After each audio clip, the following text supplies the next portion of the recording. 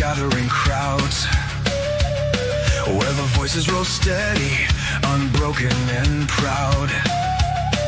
They carried petitions from dusk through night, believing that reason could settle the fight. But power grew deaf as the empire grew cold, and the silence around them was heavy and bold. People ignored, learned the cost of restraint, for peace without justice becomes a complaint. The soldiers arrived with their muskets aligned, their discipline rigid, their warnings defined. The marchers stood firm, though the tension was sharp, like a bowstring pulled tight on a half-finished harp. They asked for their rights with a calm, steady plea, but the answer returned was authority's decree. When rulers forget where their duty became, the spark of resentment can kindle a flame. Hello, Nightwolf. Looks like the chat is working. A crack split the air like a curse in the dark, and the crowd scattered wide from the gunpowder spark. No one knew who fired the shot that began, but the blood on the stones told the truth of the plan. The empire had chosen the language of fear, and the people could see that the message was clear. The protest can shift when the rifles proclaim that forgetting the people invited them to their claim.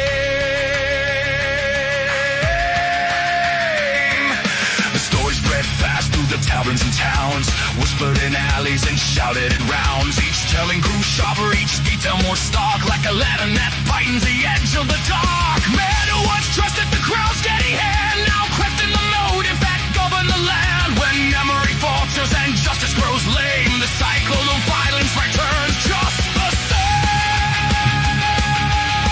Yeah, this is the revolution-only version, so it's 5 minutes long as opposed to the full version of the song, which is 12 minutes. Hello, Cody.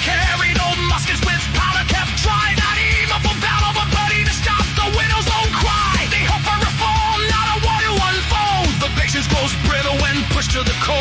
A people forgotten will rise to reclaim the promise that shaped their republic's first fame.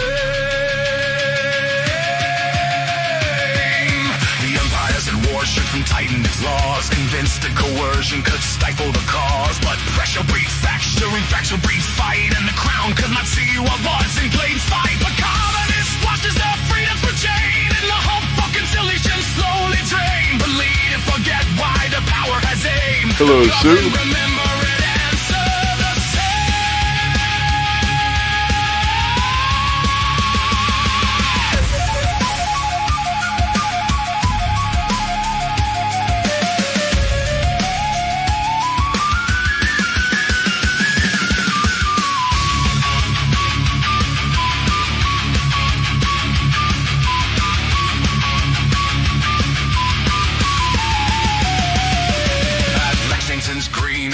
small bridge, the smoke curled like ghosts drifting over the ridge. Neighbors turned soldiers with fear in their breath, standing in lines that would marching to death. The revolution moves not from hunger for war, but from moves that the empire refused to ignore. A nation is born when its people proclaim that forgetting their rights is a treasonous crime. Through winters of hardship and summers of fire, they fought with a purpose that lifted them higher. They carried the memory of protest denied, of the fallen whose stories the empire defied. Their struggle was rooted in something profound, the belief that a people must stand their own ground. For history warns with a whispery flame that forgetting our origins leads us to blame.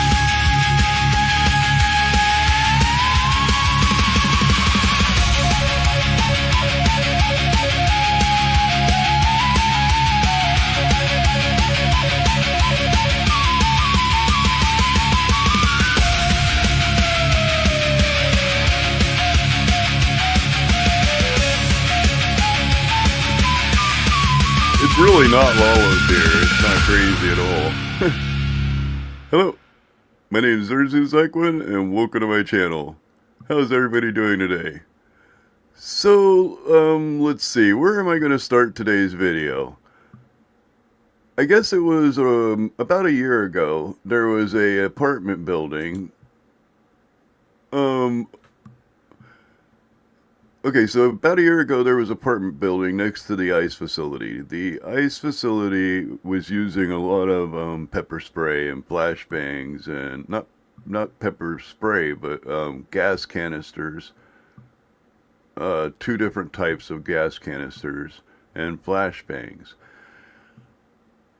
And the apartment next door ended up having to, because the HVAC systems were drawing the pepper gas into their apartments and gassing everybody in the apartment. So the apartment complex decided that they had to take the DHS to court, and the DHS had ordered that they can't use the gas munitions. They were allowed to use pepper ball for area disbursement, but not the gas munitions. Well, apparently DHS has pretty much completely ignored that, and there was an incident, Chicken Man versus Trump, where some protesters were sitting in the driveway area, on each side of the driveway area, protesting. Not they were on federal property trespassing, and I guess the use of force was put to question. Now, I end up stumbling upon this case. I guess I was reading through the ACLU, because on March 9th, the judge is supposed to make a final ruling on whether or not ICE can use pepper balls, gas canisters, less than lethal rounds, any of that type of stuff against nonviolent protesters. Now, we're not talking about violent protesters. Of course, a violent protester, you can, of course, use all of that on. You can't just use it for, like, they're throwing the junk at journalists and stuff like that, you know? So the ACLU of Oregon partnered with a law firm, uh, and their protest, or let's see, the ACLU partnered with law firm. Their protest and journalist clients meet the Trump administration in federal court to challenge the Trump administration's pattern of First Amendment violations at the Portland ICE building. Partner law firms include Shingleton, Holy Crap Schreiber, LLP, Avitas and Stark, the People's Law Project, and Bureau Hagley and Burden, LLP. On November 25th, the ACLU of Oregon partnered with law firms, filed class action lawsuits against called Dickerson versus Trump, on behalf of protesters and journalists in Portland to stop the Trump administration retaliatory violence against them. That has been a sustained feature for federal officers' activities at the Portland ICE building. The lawsuit filed on behalf of Portland included the Portland Chicken, an elderly couple, veterans, and journalists. Following an escalation in First Amendment violations in January, a federal judge granted a temporary restraining order in Dixon versus Portland Chicken, or Dixon the Portland Chicken versus Donald Trump. Now, that was by request of the plaintiff, so at the moment, it's not ruled on. That was a temporary restraining order. The order prohibits Department of Homeland Security, DHS officers from using crowd control munitions, including pepper balls and tear gas, in retaliation against people for non-violently protesting DHS violence, and reporting on it at the Portland ICE building. Now, I'm going to go through a little bit of, by the way, hello, Tom. People were saying hello. Anywho, so I'm going to go through a little bit of a timeline on it. I believe this is all backwards, and that's fine. I'll just read it from the bottom up. And I'm also going to share video now. I didn't only get this report, I also got video from, oh, what's the channel called? Or the program. Let's see, I'll go back to my history.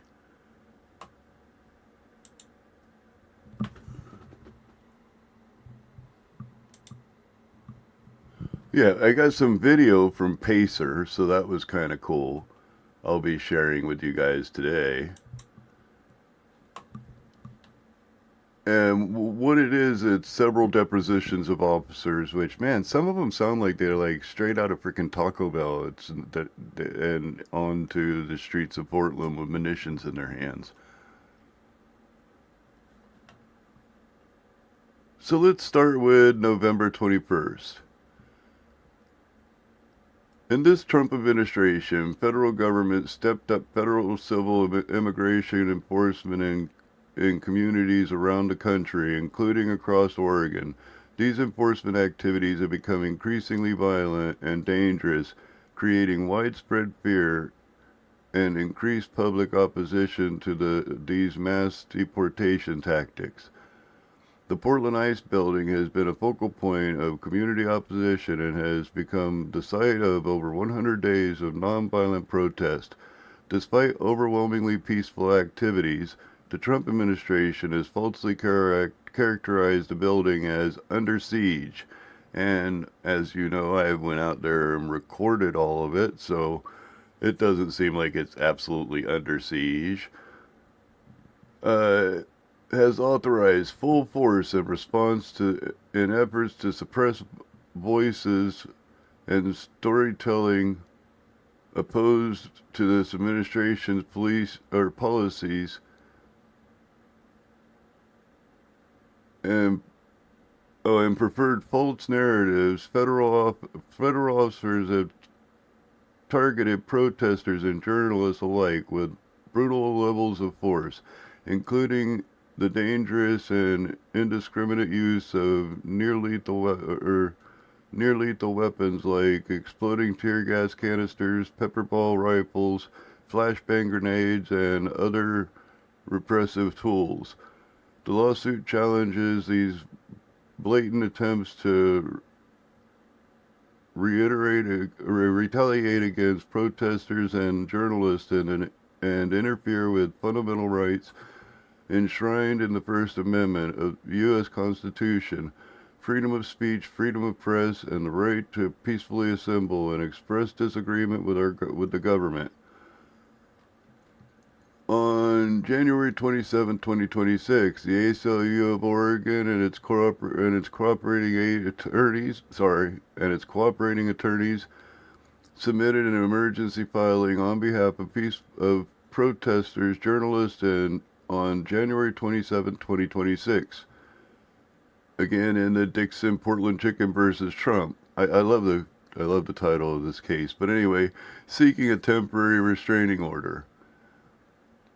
On February 3rd, 2026, a federal judge issued a temporary restraining order directing Department of Homeland Security officer to stop using crowd control munitions, including pepper balls and tear gas, in retaliation against people who are non-violently protesting or reporting on DHS violence at the Portland Ice Building. Now, notice it's non-violence. We're not trying to say don't use it against violent people. We're most certainly saying not the non-violent people.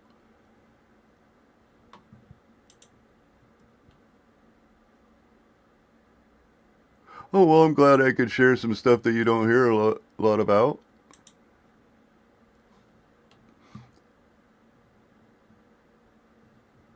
So we have a quote from, I'm not sure if it's the defendant.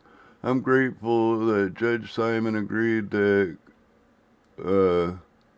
cruelty is not an appropriate response to distress. Since June, the Trump regime has subjected people in Portland to chemical weapons and violence because they are offended by our words. This administration should hear our grievances and halt their barbaric treatment of our communities. Until then, I hope Portland will continue to show up and exercise our First Amendment rights. Our voices are needed most in times like now, said the plaintiff. Yes, Jack Dickinson.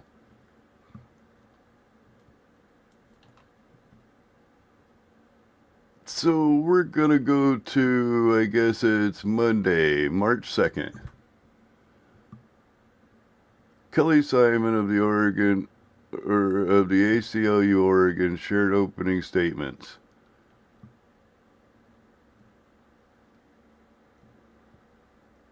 I need to make this a little bit bigger. Hello, Sirloin. And I'm going to get me some coffee real quick. I ran out.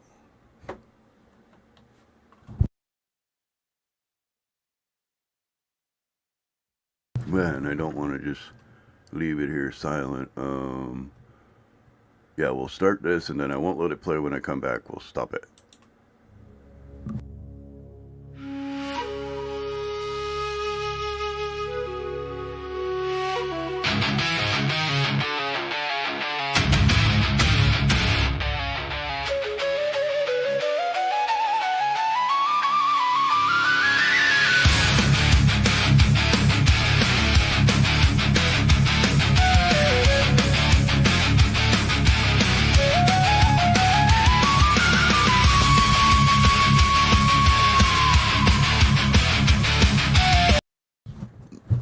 Intense.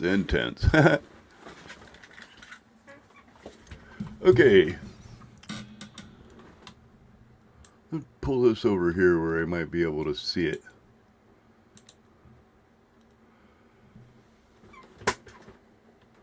Miss Simmons, my mic is on, okay. Miss Simmons previewed that the evidence presented to the hearing will show that DHS operations skipjack at the Portland ICE building is implementing a policy of retaliation being promoted through the operations chain of command. The evidence will include live testimony from all 5 plaintiffs and 5 other protesters, clips of video, recorded deposition testimony of agents and leaders of the Operation Skipjack, and the live testimony of the law order enforcement professionals, including PPB officers and expert witnesses. Gil Kilkrowski. They give me these lovely names. Defendant also provided in an opening statement in which they emphasize that the plaintiff will be unable to provide DHS, or that DHS is operating with a regulatory intent. ACLU of Oregon Director Sally Kimmons took testimony from Ernie Rickman, an 84-year-old retired woman who lived with her husband Richard Ickman, I guess is the name, in Portland, Oregon, and is the plaintiff of the case. Mrs. Ickman told the court how important her personal immigration issues are for her and family. She discussed the ways in which being objected to chemical munitions on 2 separate occasions, October 4, 2025 and January 31st, 2026, has had long-term effects on her health, lifestyle, and freedom to protest at the ICE building. Richard Ickman, an 83-year-old veteran, or Vietnam War veteran from the United States Navy and a retired major in the U.S. Army Reserve, is a plaintiff in the case.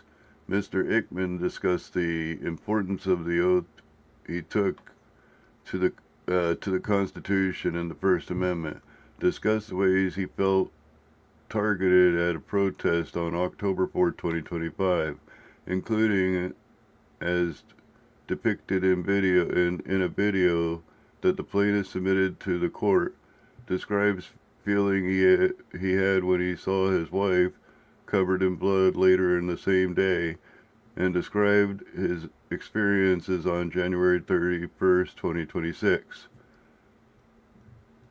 Jane Morrison of the People's Law Project took testimony from Hugh Rios, who is a photographer who was working to document DHS actions at Portland Ice Building until September 21st, 2025, when DHS used repeated force on him while he was standing apart from the crowd.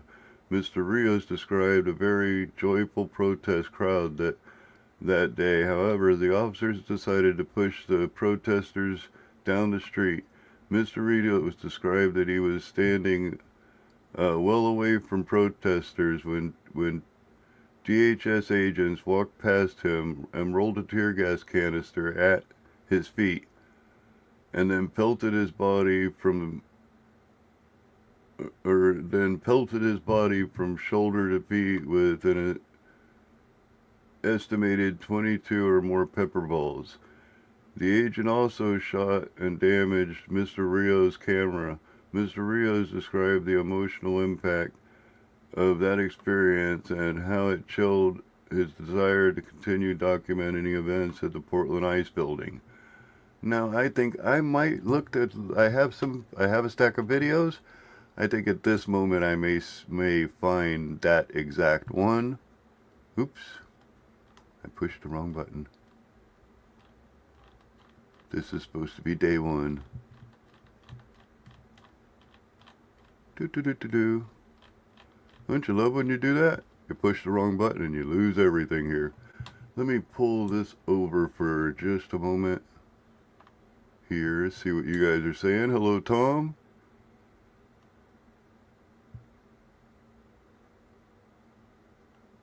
We're taking good care of Z. You're a comedian.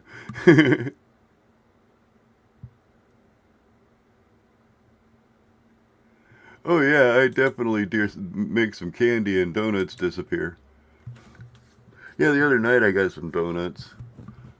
Let's see. So where was that video? Day one. There we go. I got these. Let's see if I can find the video I'm looking for real fast. These are all depositions.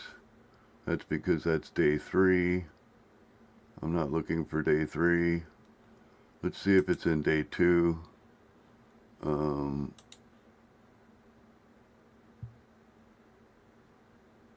Day 2.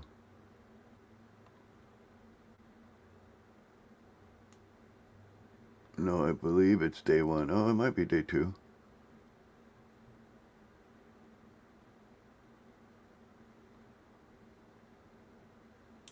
Here, let me pull this up real quick.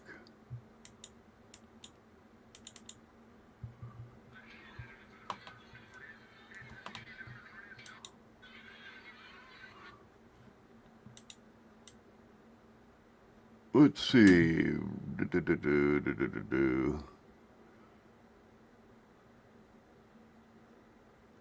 I'm not sure if this is the one where they rolled it at his feet.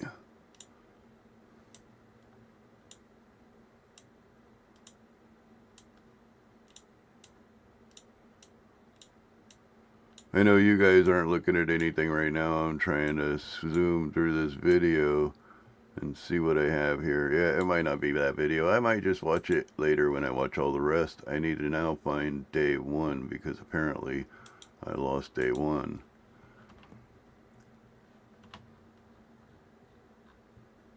That wasn't cool.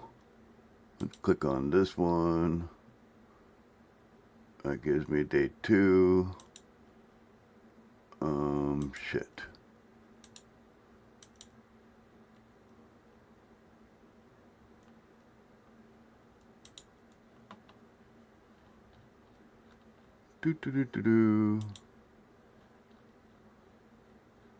Sorry, digging through the court cases looking for day 1.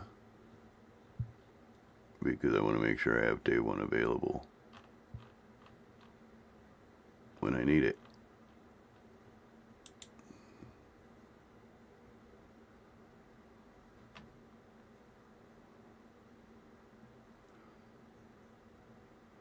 So yeah, it's in day one. So this is the situation.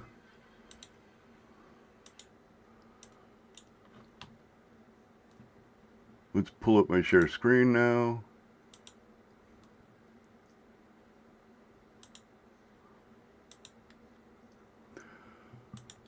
So this is a situation that the apartment building, this is when the apartment building ended up filing their suit for the use of the tear gas.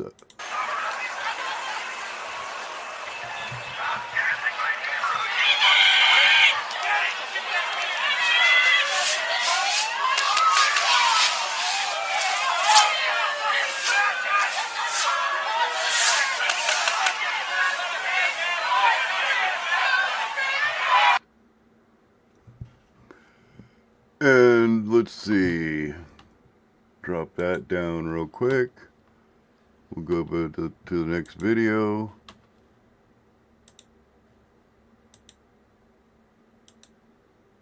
Okay, now this is the day that I believe the reporter had a gas canister thrown under him after he was a little bit roughed up for, I mean, basically no reason. He had already separated himself from the crowd. And then as they were going back inside their little building, they decided to toss a gas canister right underneath his feet. We're going to go ahead and pull that up in just a second.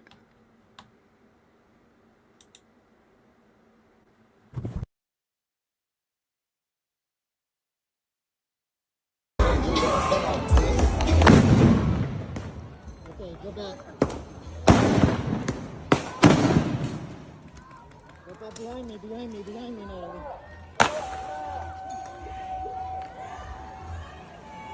Now, apparently, from what I'm able to see, this is all to get one truck out, and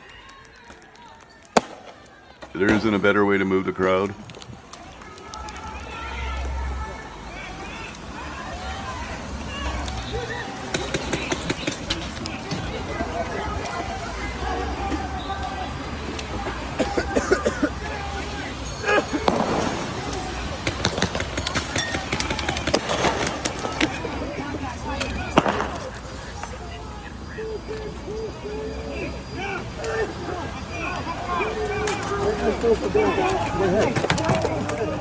Keep moving.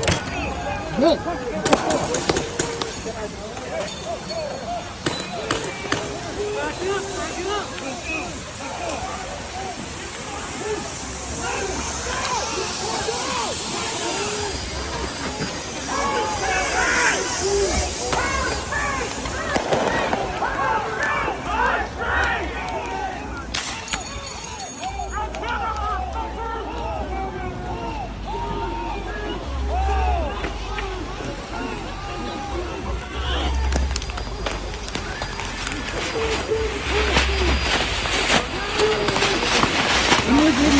I'm saying about this. No?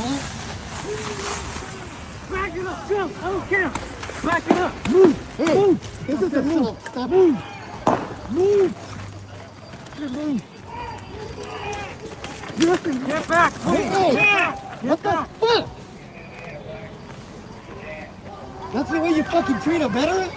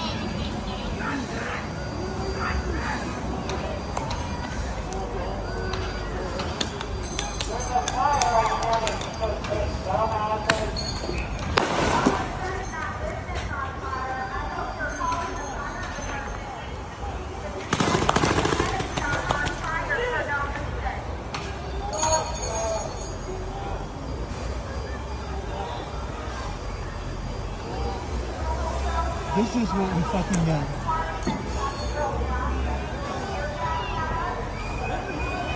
is the complete offense.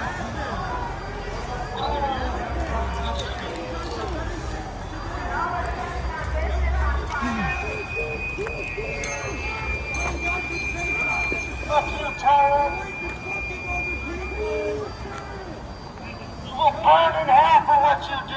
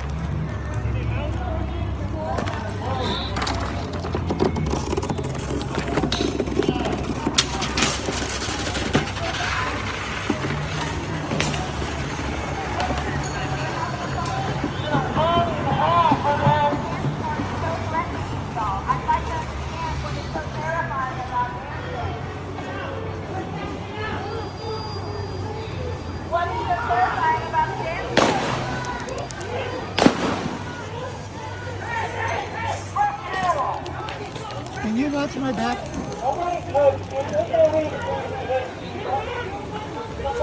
you watch? Okay, never mind. What's your badge number? Is your badge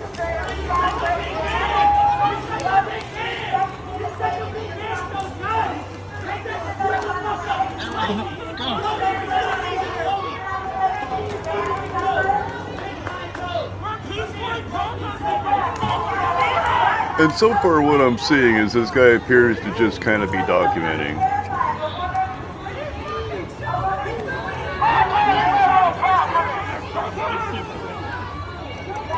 Thank you. What's that? Thank you. Yeah, no problem.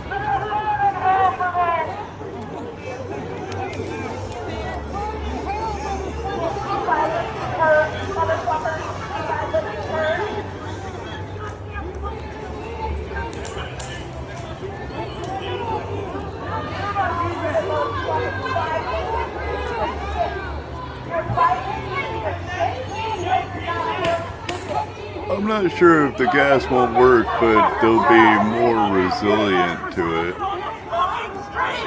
Eventually the gas is gonna get you. The gas is gonna get you. I'm sorry, I can't do rhythm, it's gonna get you.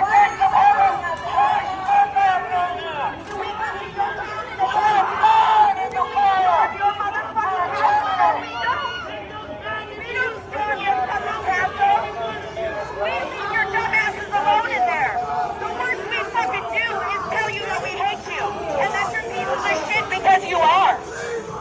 You come here and you attack peaceful protesters for no fucking reason. All we do is exercise our right to free fucking speech. So now they're retreating, correct? All we do is our right to free speech, and you The come vehicle here you'll see in a minute, I believe. Holy crap, that gun lights him up.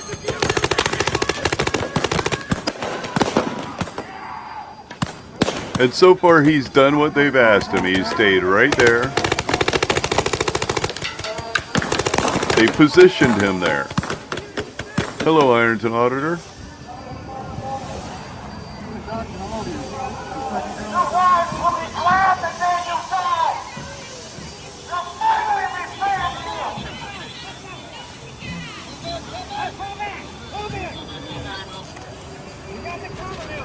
All that for that truck.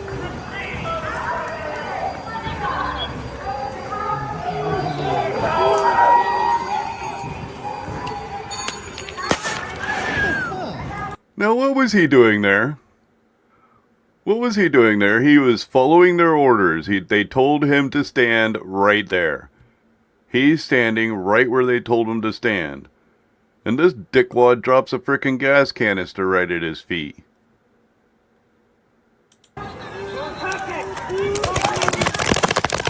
And then they light him up with about 20 rounds of pepper ball. They just shot me for keeping the thing.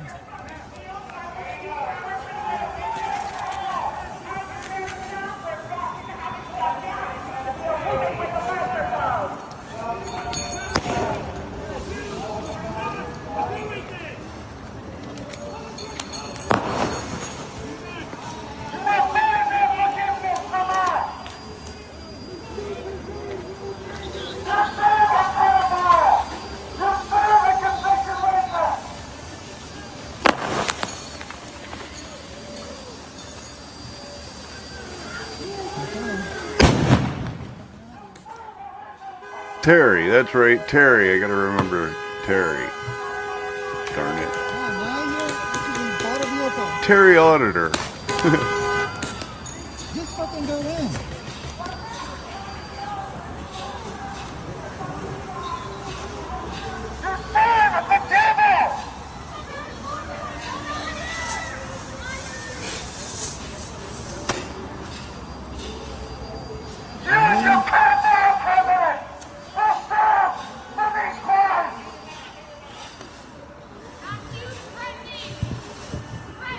Now he says that this incident made him where he no longer wanted to come out here and record these. My guess is his lawyer probably recommended to him, hey, you know, you should probably stop doing that so you have this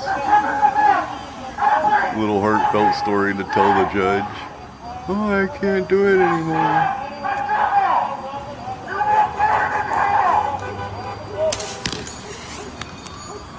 Wow.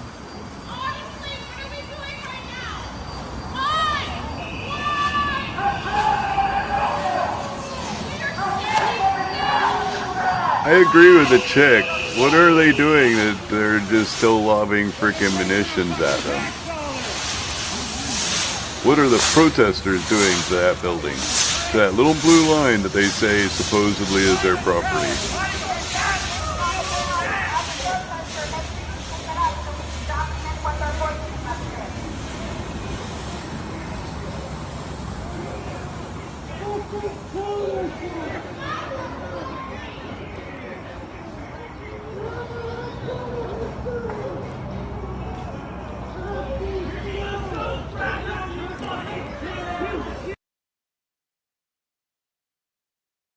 Shoot, I have a hard enough time remembering to call him Terry. Bob. Anyway, so, now, as far as does it get a little bit packed out there, yeah, there are times it gets a bit packed out there. Let's close this down and... Oops. Now, these were all shared in the court case. Let's make that big. I mean, it can get a little bit active out there, but it seems like for the most part, as when I was there, that they seem mostly peaceful. Now, there has been a time when they did break into the glass in the front building. That was like within the first few weeks of the protest. And since then, it seems like most of the protesters have been engaging in peaceful protest. But it does get a little crowded out there.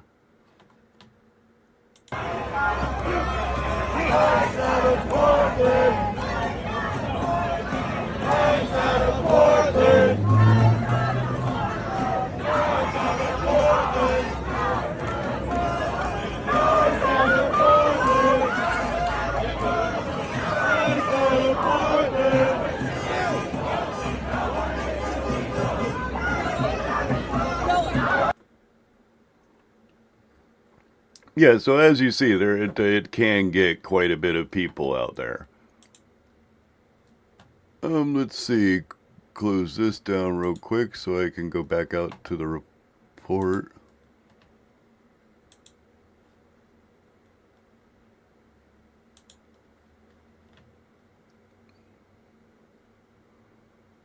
Find the report. There it is. Okay, so, where are we?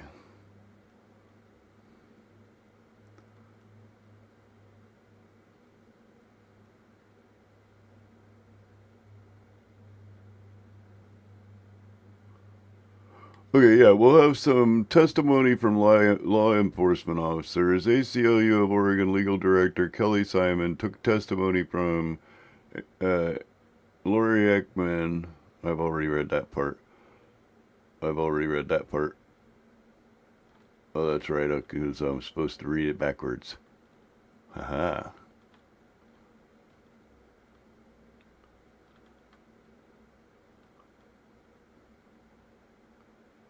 It's just the weird way I downloaded this crap. I'll move this over a little bit.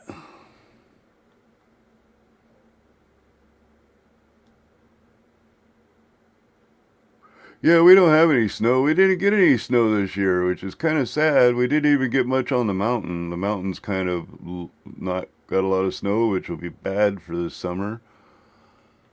So Jane Morrison of the People Law Project took testimony from Jack Dickerson, who has been regularly engaged in nonviolent protests for months at the Portland Ice Building. Mr. Dickerson is also known as the Portland Chicken because he attends protests dressed in a yellow fleece chicken costume with an American flag draped over his shoulders.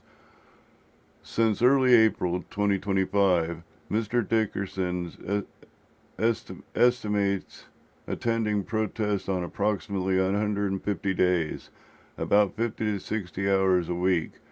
Mr. Dickerson told the court that starting June 25th, he started to witness patterns of use of force by federal officers against nonviolent protesters, including himself. On August 16, 2025, Mr. Dickerson was struck in his respirator by a pepper ball, and the legs of his chicken suit were singed. I wonder how that happened. On August 23, 2025, he was shoved by federal agents and shot from the roof of the ICE building. Eric Andorlia of ACLU of Oregon took testimony from Helena Bartolsky, a student who regularly attended protests to raise awareness about the people impacted by the federal government immigration policies. She shared with her court experience of being arrested but charges being dropped, and that she was subject to chemical munitions on multiple occasions. Hadley Road of Burrow Hegley and Borden LLP took testimony from Mason Lake, a freelance video journalist, a filmmaker who was covering protests in Portland since approximately 2020. He specialized in documenting protests in Portland through high-quality visual media. He extensively covered the George Floyd protest in 2020. He has attended approximately 8 to 9 nights of protests at the ICE building since June 25th. Mr. Lake shared with the courts his experience of being pepper sprayed by federal agents despite being clearly marked as press. Sorry, I had to cough. Liam Barrett of Shingleton Schreiber LLC took testimony from Heather Hellman, pastor and head of staff at Multnomah Presbyterian Church, who shared her experience attending protests at ICE building. Pastor Hellman recounted her experience when a flashbang deployed by DHS exploded at her feet and she suffered a concussion. Matthew Boardman of Bureau and Hangley LLC took testimony from Gil Killerquays, whatever, we'll just say that name works, an expert on policing and policing protests with a 47 years experience of law enforcement experience. Mr. Kilsquay served as a police chief and witnessed a wide range of protests in Seattle. Mr. Kilsquay gave his expert testimony about the use of tear gas and munitions by DHS Portland ICE building protesters at Portland protesters. Terry Malin of Singleton Schreiber took testimony from Brian Rudger, who has a background in union organizing and attended a labor union rally on January 31st, 2025 with his family. He told the court about his experience of being tear gassed Mr. Rutgers describes being impact of his it describes the impact of experience on his children, his health, and how he would show up to protest in the future.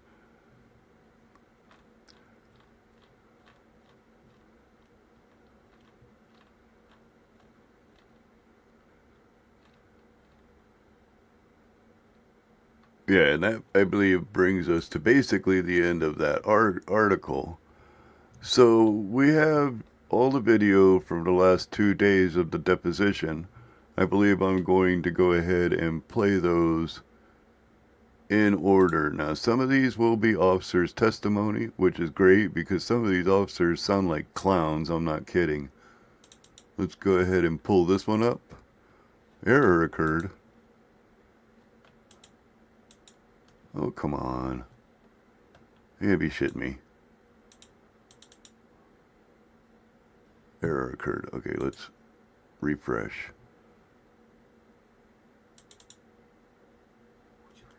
There we go. Sorry, had a little bit of an error downloading that. Share this tab instead. What's your understanding of the definition of a passive resistant protester? So essentially, if someone is passively resistant, which is, if you subscribe to Webster's dictionary, I would say that it's more accurate to say static resistance. In other words, the common vernacular is passive resistance, which would be someone who is failing to comply with a lawful order, but they're not actively fighting a person. Okay. Not actively fighting an officer, I should say. So in other words, an example of what a person would call passive resistance would be someone who went dead weight, for instance, or someone who was just basically refusing to move after ordered by an officer. Prior to your involvement in Operation Skipjack, was there any special training, seminar, briefing on First Amendment rights of protesters? We receive recurring legal training from our general counsel. And would that be specific to Operation Skipjack? Did you receive any refresher course or any information at all to address that operation? Not that I recall, sir. Did you have any specific training or instruction that related specifically to the Operation Skipjack? Specifically to Operation Skipjack? Yes. No. Wait, so you're on assignment to control protesters in Oregon, and in Portland, Oregon, by the ICE facility, and you received no instruction whatsoever no briefing, none of that. When were you first notified that you would be taking part in Operation Skipjack? It would be the first week. I think it was the first week of July last year. Who told you that you'd be assigned to Operation Skipjack? That would be my regional director.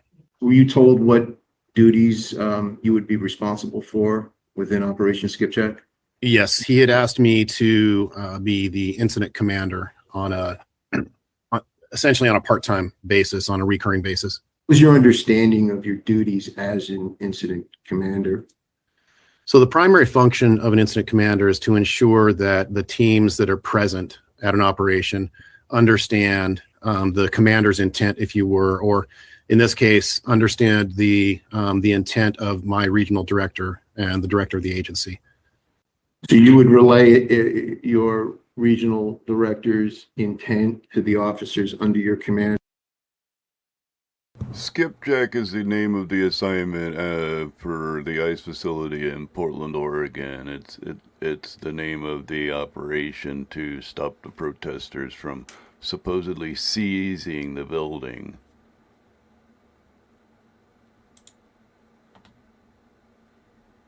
Is that a fair assessment of one of your Yes, duties?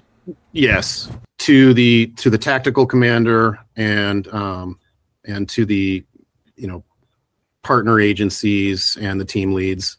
Your primary mission was to protect the integrity or the safety of the actual facility itself, the physical Yes. structure and the people. Yes, and the people visiting that facility. Who is authorized to order the deployment of an FN 303 device? Let me explain real quick what an FN 303 is. An FN 303 is a very large caliber, shotgun type caliber. It can shoot either gas canisters or it can shoot less than lethal shells, basically with a rubber tip. So it's supposedly less than lethal, but it's a big. I can look it up. It'll be best to look it up and show you one.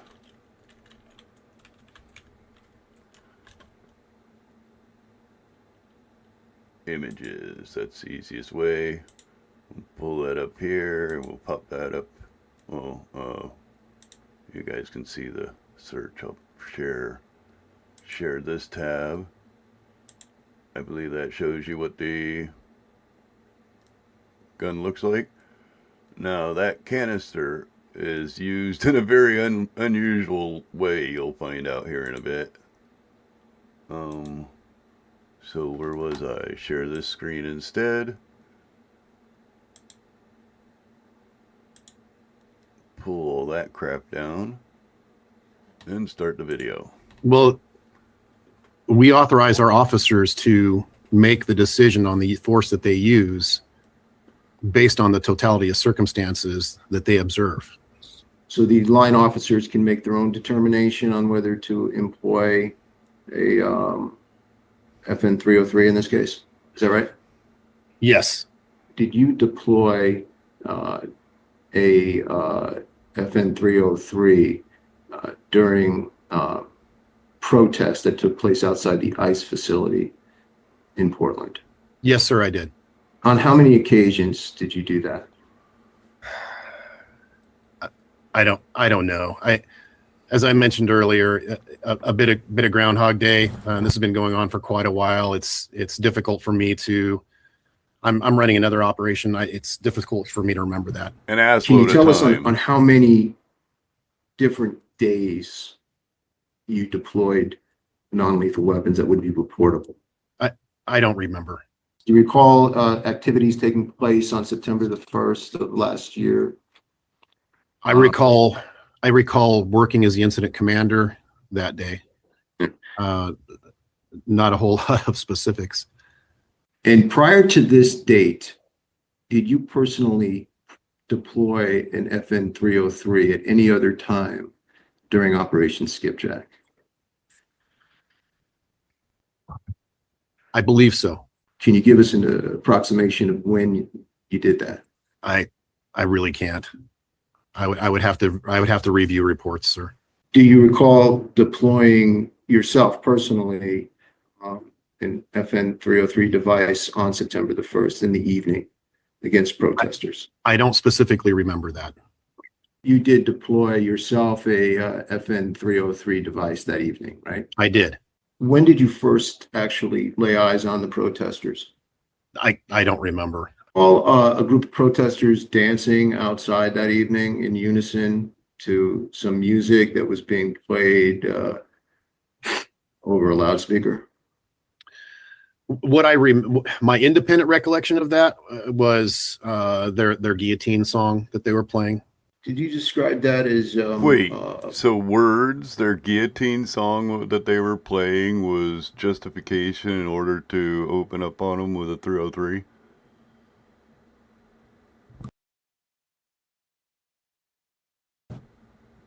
I smell fish. coercive or threatening in your report? Yes, that's what I wrote. When you first encountered the protesters, were they outside the facility, chanting and holding some signs? Is that right? You, all due respect, you're describing many days. So I want trying to to be focus on September the 1st, if you can recall that date. yeah, I know. And I'm doing the best I can to answer your questions. Wait, you were a sergeant. I mean, how in the hell, if you were a commanding officer, how is it that you have no clue what you did? I don't specifically, I mean, I remember the guillotine, that's very memorable. And I remember that there was dancing, and I remember that there was, they were playing the song. But dancing and playing songs was kind of a daily occurrence. But what was new is the guillotine song, with the implementation of the guillotine in the street. At that point in time, were the protesters, in your view, doing anything unlawful? Well, yes, that was every day. They were blocking streets, and then at times they were blocking the driveway. And so whenever they would block the driveway, that would prevent, people from moving in and out of the facility. So blocking a city street in the state of Oregon is disorderly conduct. So in terms of the lawfulness of it, that was unlawful. But essentially, if they stayed away from the front of the facility and we were able to effectively move vehicles in and out and they weren't damaging the facility, then we tried to have no interaction with them. On this particular evening, September the 1st, you claim in your report that. Oh yeah, wait a minute. I Persons- call bullshit on that, because when I was there, I remember personally at least 2 moments that they went far outside of the facility and down the street half a block, pushing the crowd back all the way out to the main road. I can't remember the name of the main road there. I don't remember the name of the main road, but they were pushing an area that was an entire city block of space and some. So as far as if they moved away from the entryway, you backed off. No, I could call BS on that. I recorded it at least on 2 occasions. Inside the building were trapped. You used the word trapped in the report. Yes, sir. Which personnel were actually trapped inside the building and were physically unable to leave? Yeah, Well, he's everyone trying to inside the dodge his facility reports. They do who take had a reports. vehicle. I know at one point, I believe it was the same night, we had a PSO. That's a protective security officer. It's what we call our security guards. From what I recall, his shift was over and he was trying to depart and was unable to do so because of the driveway being blocked. What's his name? I don't know. Was that captured on any of the surveillance video, to your knowledge? What captured the blocked His driveway? inability to leave the facility as you've just described it. I mean, I don't know. I think that what usually would happen is if the driveway was blocked, generally what we would do is we would do LRAD announcements trying to get them to clear the driveway and give them a reasonable amount of time to clear the driveway. And then if not, we would send a team out to give them actual notice and then request they move. And if they didn't move, then we would move them physically. You say the person inside who was trying to get out, are you saying the person got into a vehicle and was trying to leave and was prevented from leaving from protesters outside? I'm saying that when there are people blocking the driveway and we give an admonishment to leave and they don't, then the person is unable to leave. There were some commands made for the protesters to leave the front of the ICE facility through the loudspeaker. Is that right? Through the LRAD, yes, sir. Prior to the officers going outside and clearing the area, did you see any of the protesters armed with any type of weapons that were being used to threaten officers? I remember I have recollection of shields and what we would call impact or slugging devices. And I as I read the report, a couple minutes ago, as it was reported us from agents, I believe that they also reported there were sticks and things like that in hand. You personally, did you see any of the protesters threaten an officer, yourself or any other officer, with a stick? Yes. I remember that people had sticks in their hands and in waving them in a manner that would be considered threatening. So, When you like say- for instance, like overhead, that type of Right. thing. I To your also knowledge, observed then, a little bit of your that. personal knowledge, you know of no officer who suffered any injury on the evening of September the 1st, right? No, sir, I don't personally recollect that. Did you leave the facility to help with dispersing the protesters at approximately 10:25 that night? I couldn't tell you exactly what time, but yes, I did. Do you know who gave the order to go outside? So I coordinated with the attack commander and the other team leads on when we would go out, and the teams were separated. So the decision on when to move was by I believe it was SRT to push out. What is SRT? Special response team. Who are they with? Well, there are several different SRTs, but that night, from what I recall, it would have been, I believe it was ICE SRT, but I would have to look at the header of my report. Generally, they're listed. Let me explain what an SRT is in Oregon. We don't have SWAT. We have what's called SRT units. And that is an ICE-specific SRT unit he's referring to. Or at least in one of our shell reports. Prior to leaving the actual facility and going outside to engage with the protesters, do you know whether any non-lethal munitions had been fired off already? What I recall are distraction devices, not non-lethal munitions, but distractionary devices were utilized. What you would call a flashbang. This is a video from September the 1st at the ICE facility. Cha-cha now, y'all. Cha-cha again. Cha-cha again. Turn it out. Take it back now, y'all. Right Oh foot, no, let's go. these people are Left foot, dancing. let's go. 6 hops this time. Right foot, let's go. Left foot, let's go. Right foot, 2 steps. Left foot, 2 steps. Crisscross. Slide to the left. Slide to the right. Hey, Lucy, can you stop for a second, please? Are we looking at would this be the front of the ICE facility? Yes, sir. Having watched this for a little over a minute, do you recall these dancers there that evening? I don't. Honestly, sir, you could show me a video and it would look like many other nights. So I don't specifically remember that dance. But again, keep in mind that, I was operating in our operations center and not watching all of this. And so I'm sure that's the same night, but I don't specifically remember watching them dance. As we watched this video, did you see anyone in this crowd act in a threatening manner? No, sir. Do they appear to be exercising their First Amendment rights of assembly as you understand them to be? Yes, with the exception of being in the street, yes, sir. When you say they're in the street, what are you referring to?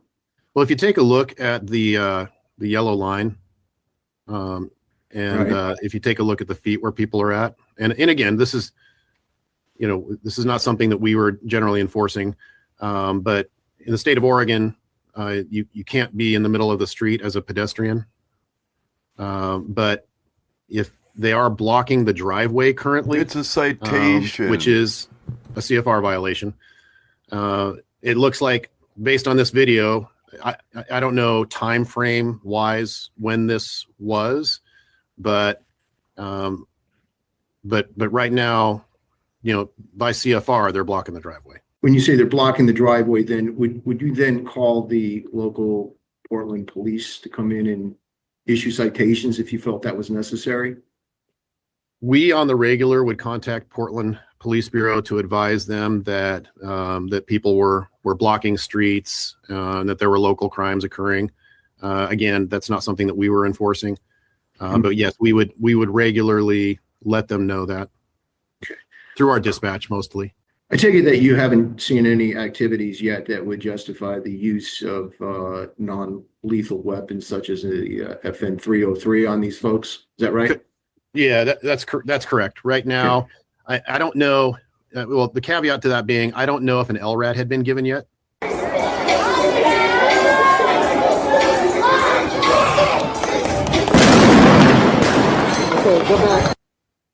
Let's stop there now. Okay.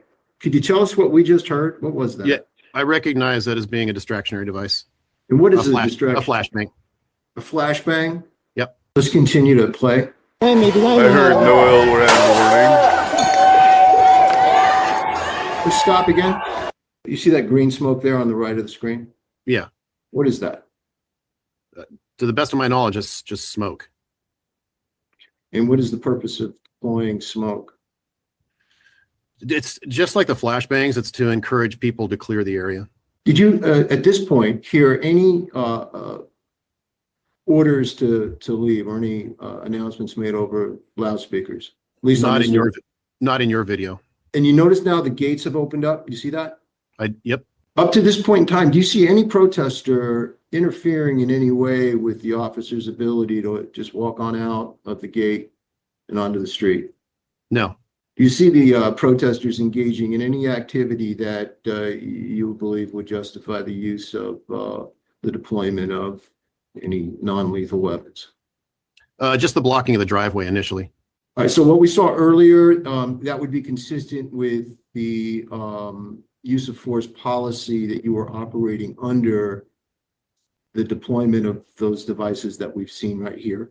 If we have a group of protesters that have been advised to clear the driveway, or if we give them any lawful order, we can use intermediate, weapons to get compliance from them. Yeah, but clearly in this video, and I was there, they do use the LRAD, but in this video, it clearly saw no LRAD usage whatsoever. It went from dancing people in the street to boom. And that would include intermediate weapons on protesters who were engaged in passive resistance. Is that your understanding of how the policy works? So we can deploy what would be considered a soft technique. So in other words, if we have someone that is failing to comply, failing to follow orders, then we can use essentially what's called a soft technique to gain compliance from that subject or effect an arrest. Let's continue.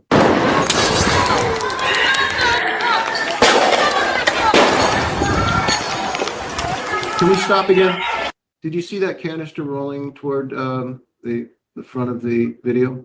Yeah, kind of the middle of the screen. Yeah. Yeah. What was that? I don't know.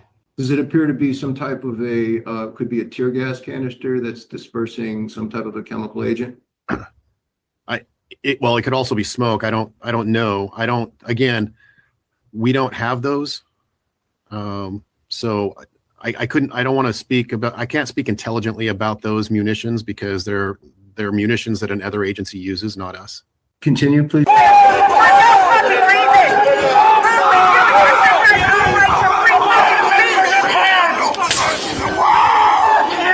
we do is our right to free speech, and you come here and act violent on us.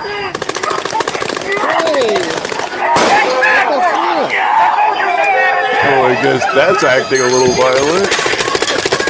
You come here and act violent on Can we us. stop there? Does it appear that the agents continue to fire less than lethal munitions at the protesters? I can't see if they're hitting them, but it sounds to me like there were some pepper ball deployments. And when those are deployed, those are generally deployed as essentially what we would call area denial. And that would be to stop their further encroachment on the teams. Is that also referred to as area saturation? You'll hear people say that. Yeah, it's the more, proper. At some point, area saturation was commonly used.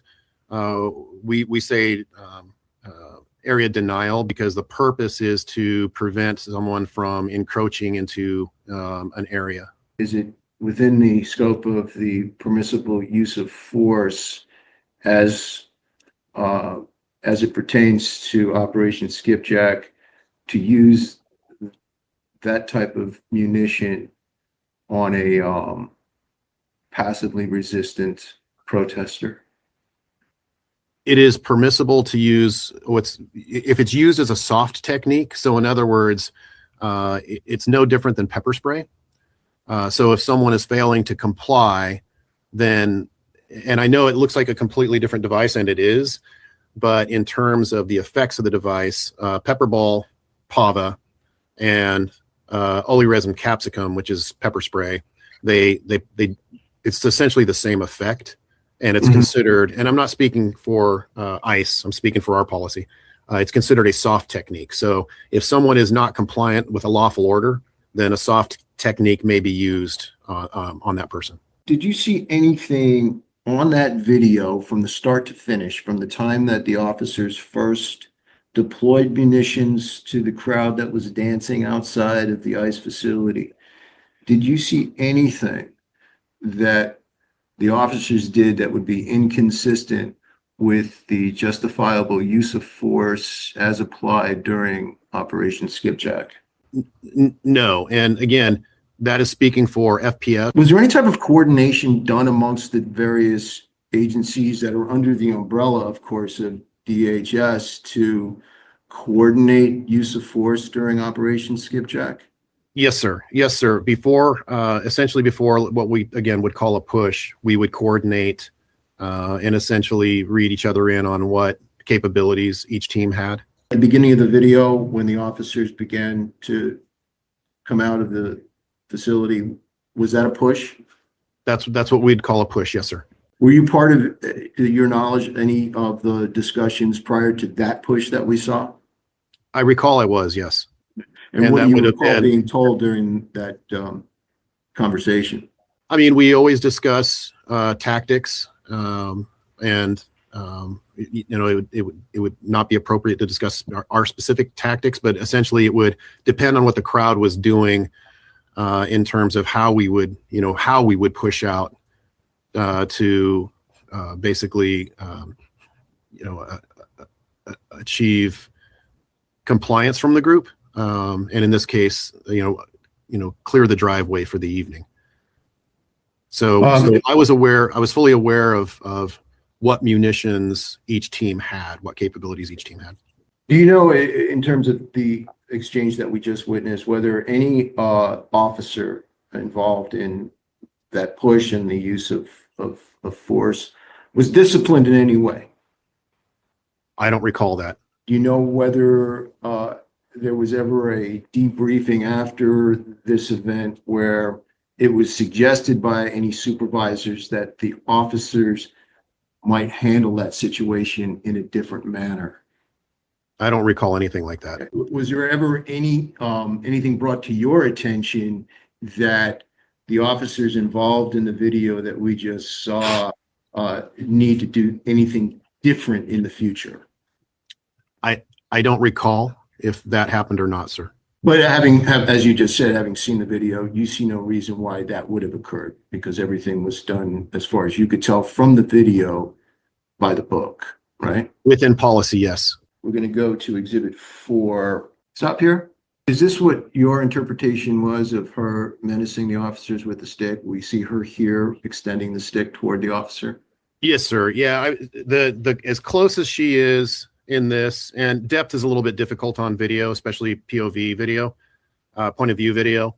But pointing a stick at someone, holding a shield like that, I would consider that menacing behavior. So by the state of Oregon, someone who is displaying means, intent, and opportunity. So means being the stick, intent being the actions of that person, and opportunity being the distance. That's what Yes, you sir. mean when you say menacing. Yes, sir. That action that we see in that video, in that still shot, would justify the use of force, including the deployment of pepper balls, say, into her torso. Would that be consistent with policy? It would. If feasible, we give warning. And that would be, in as far as your understanding of the rules. Did you hear any warning, or did you hear her say, "You're being violent on me," just before? I heard no warning. Of engagement, of the use of force, sanctioned all the way up to the top of whatever supervisors Will do. you report to, top of the FPS, right? Well, I can tell you that that would be within policy if it was considered objectively reasonable. And Right. so using munitions on someone who is engaged in menacing behavior towards an officer would be within FPS policy. Let's watch another. This is the last video. Stop there. She's not Yes, advancing sir, forward. here. that is accurate. Yes. Under the use of force policy, she could be shot with a pepper ball launcher right in this very second here as she's standing. Is that right? After pointing what we would consider an impact weapon towards officers and then refusing to drop it, then munitions can be used on a person. And she didn't get within striking distance of you or any other officer in your view with that stick at any time during the course of this video, right? The stick was not within striking distance, no, but it's, Yeah, she You know, was like 20 feet away. it doesn't take No. long for someone to run towards a Uh-huh. person. So Okay. we take that into consideration when using force. Was any officer disciplined as a result of the actions we see in this videotape? Yeah, as I mentioned earlier, I don't recall if anyone was disciplined. No supervisor of yours ever spoke to you about handling the situation any differently than you did? Oh yeah, you'll see some of our I don't toys recall any in today's conversation like that. videos. Is the use of force that we see here in the video, in your view, consistent with the use of force directives and policies in place for you and your other officers during Operation Skipjack? For the Federal Protective Service, I would say yes. Would you change anything? Would you do anything different if you had the opportunity to do so, if confronted with the exact same scenario that we see here? No, if someone was within sprinting distance of me with an impact weapon that they were pointing at us repeatedly and had been failing to comply, no, it's appropriate to use an intermediate force option.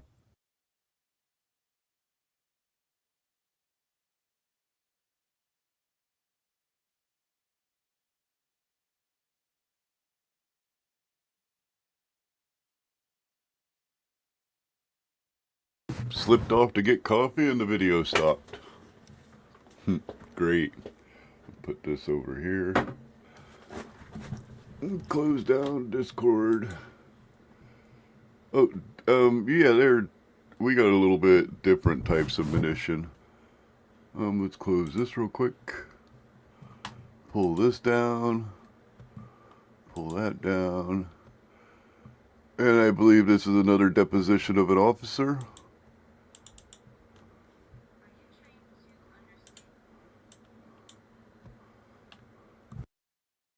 As these depositions go on, I've noticed that each officer down the chain gets less and less intelligent.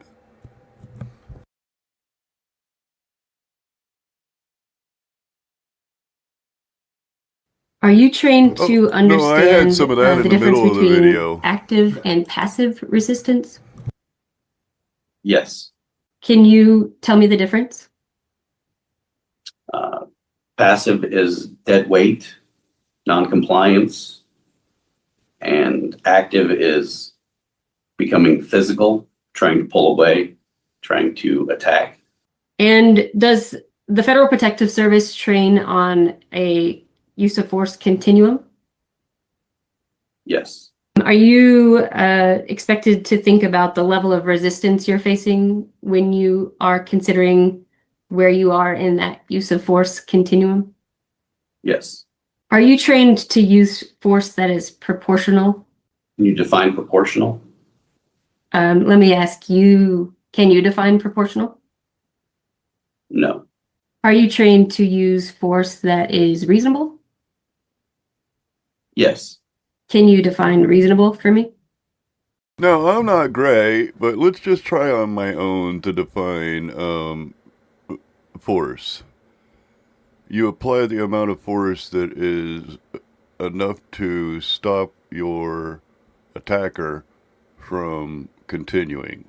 So you want to go a little bit above the amount of force that's being given to you, but not so far beyond as to be excessive force.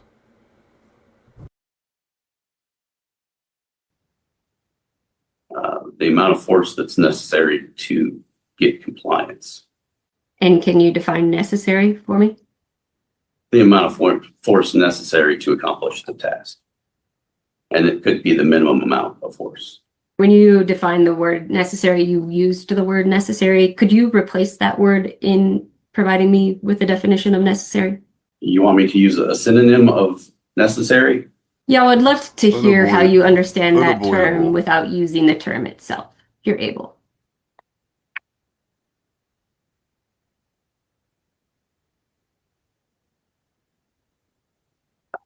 I can't come up with one at the time. Does the Federal Protective Service engage in crowd control?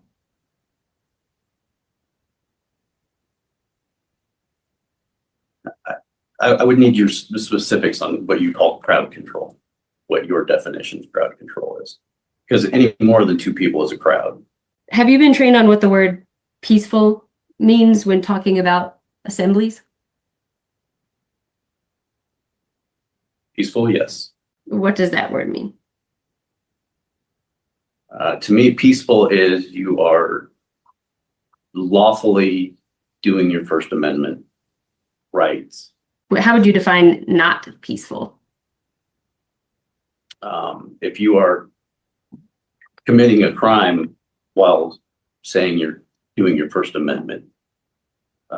So if you, basically that, if you are committing the crime under the guise of your First Amendment rights. Have you been trained on public order policing? Yes. When you received training on public order policing, were you provided any examples of protected First Amendment activity?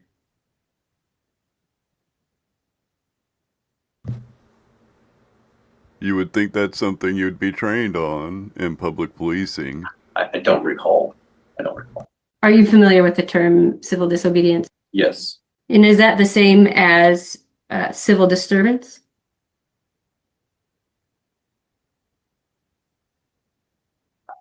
I'm not a civilian law enforcement. I don't know if that's what term you're using that as. In your public order policing training, were you trained that you're permitted to spray pepper spray in somebody against somebody engaged in civil disobedience?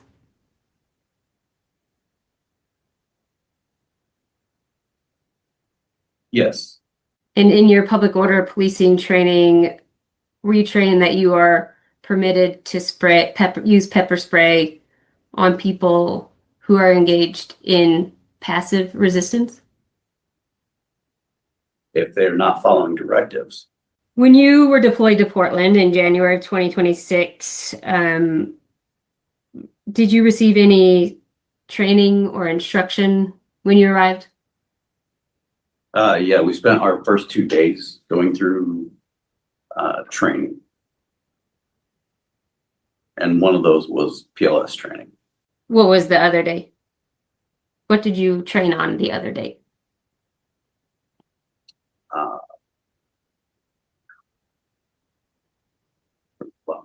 I know that it was like we did some Oregon law.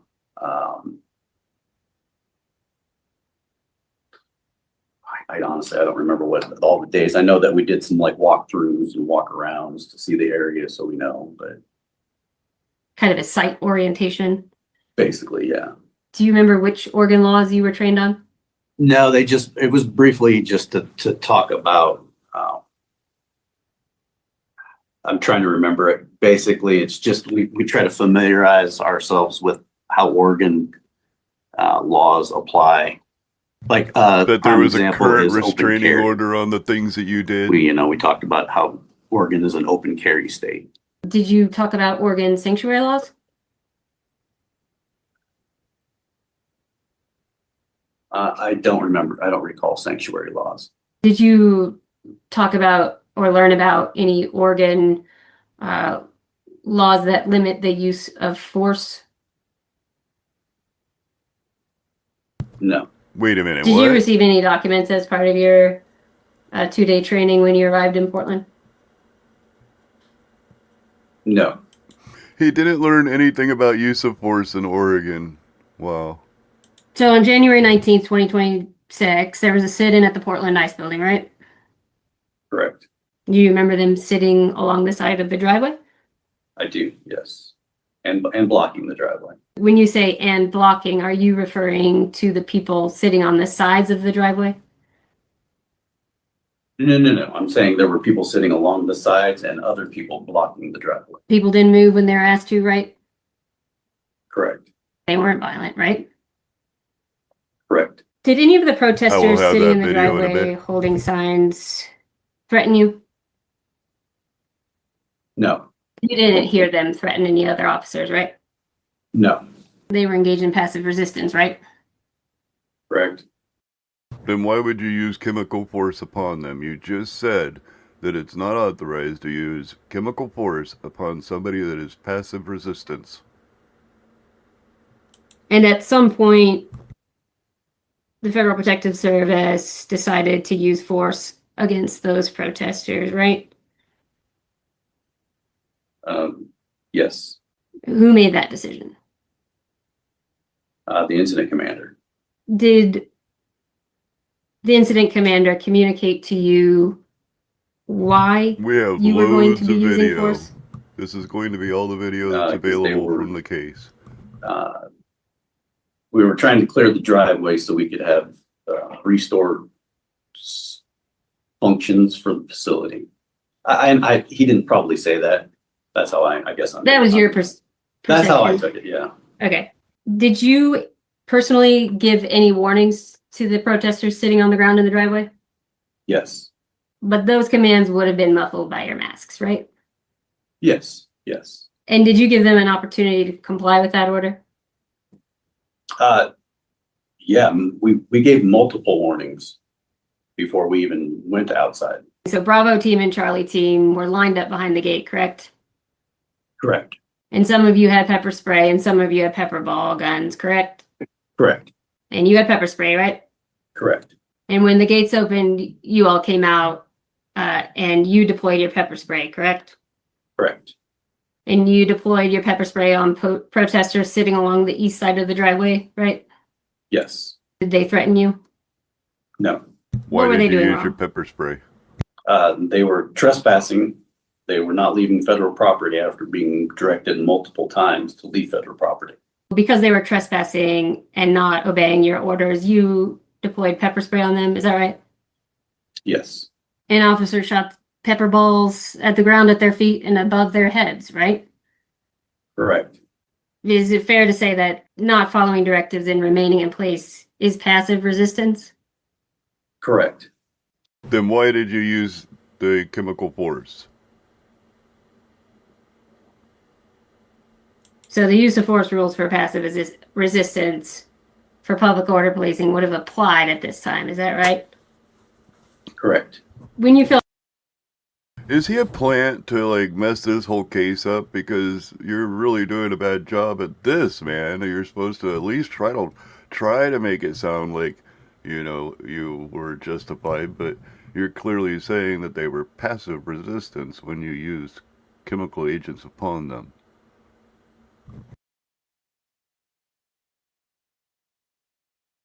about 3155s, you do it accurately. Is that fair to say? I tried to be as accurate as possible, correct? The subjects remained passively resistant, not following directives and remaining in place. Do you see that sentence? Yes, You use the term passive resistance. That's not the same as being violent, right? correct. At the top of this document, on the first page, do you see ICS 209? Yeah, I'm a Yes. little less affected You see where it says by IC? than Yes. most people. And It makes me to the cough best a of little your bit, but that's it. recollection, was the incident command. So I'll tell you a story about that. I was at the bar and I accidentally deployed my spray, and I kid you not, I went out. I didn't realize I had deployed it. What happened is I got up from the bar and it hit my trigger on my spray, which deployed a nice little psst, I guess, on the counter. And I was going out to have a smoke, and a few minutes later, everybody come pouring out of the bar, just coughing and crying, and I knew exactly what's up. So I went back into the bar to tell the bartender that I made the goof up, and I dried up what was on the counter and threw it in the garbage. And it was a while, but I guess one of my buddies had because the bartender was like, just whatever, man, we'll keep it on the low or something. And one of my buddies was almost gonna whip some dude's butt, and I had to stand up. No, don't do that. Don't do that. It was my fault. Anybody gonna get their butt whipped, it's gonna be me tonight. The day of these events we've been discussing, right? Yes, The demonstration turned violent when approximately 20 demonstrators came onto federal property, sat down, and refused to leave. Is that the sentence you're looking at? correct. Wait, did I hear that right? The situation became violent when the protesters walked onto the property, sat down, and refused to leave. I would love to hear the very next question in line be, explain to me how sitting down is a violent act.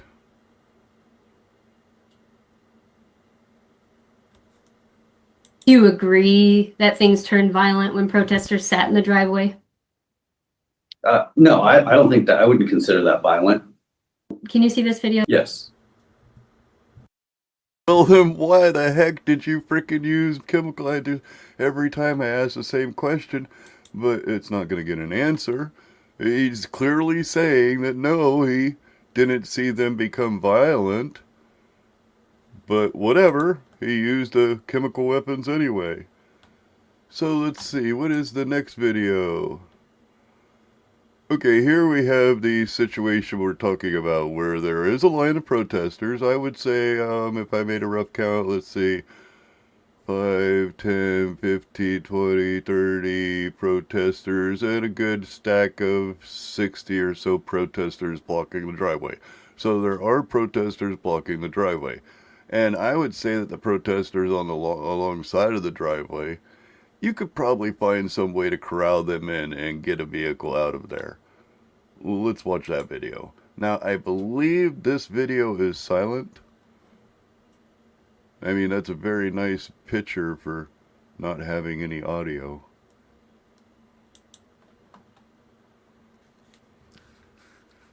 Now, I saw a lot of this when I was there, the just putting pepper balls around people all night long. And he just walks out like he's spray painting.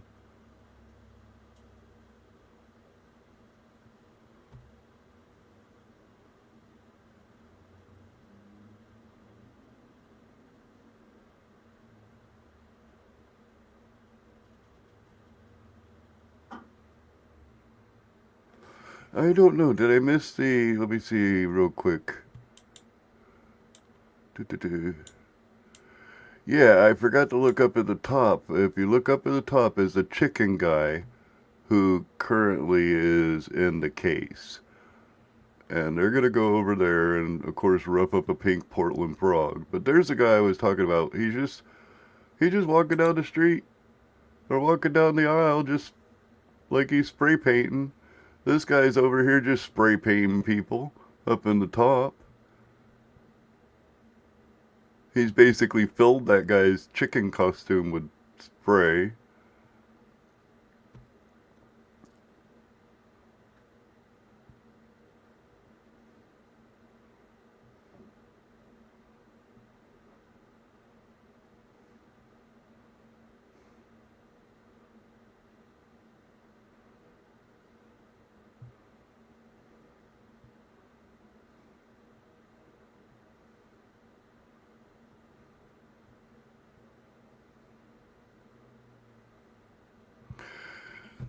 Another thing I would like to point out, if you look up at the top, they're not really doing anything about the crowd blocking the driveway. It's like they were absolutely not concerned with the crowd blocking the driveway, as the guy was saying they were trying to clear the driveway.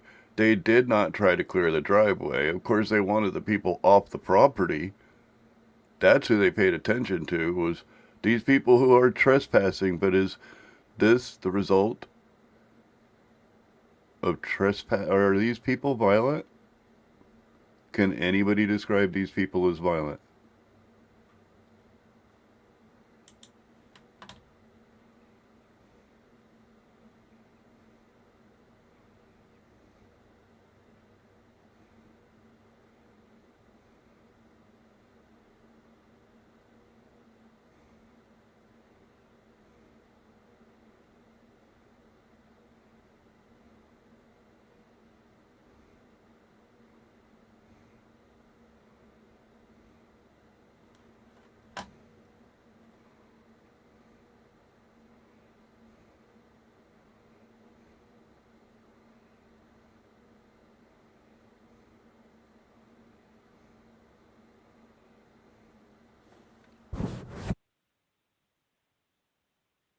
Wow.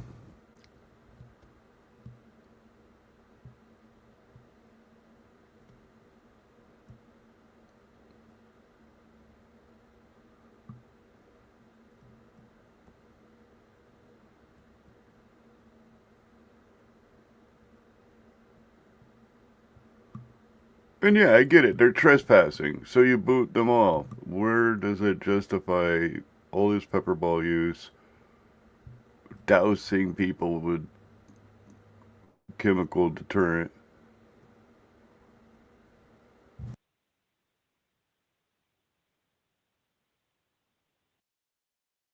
And it looks like at the end of that video, all that caused... They went back inside, by the way. There was no vehicle coming out, which the officer suggested.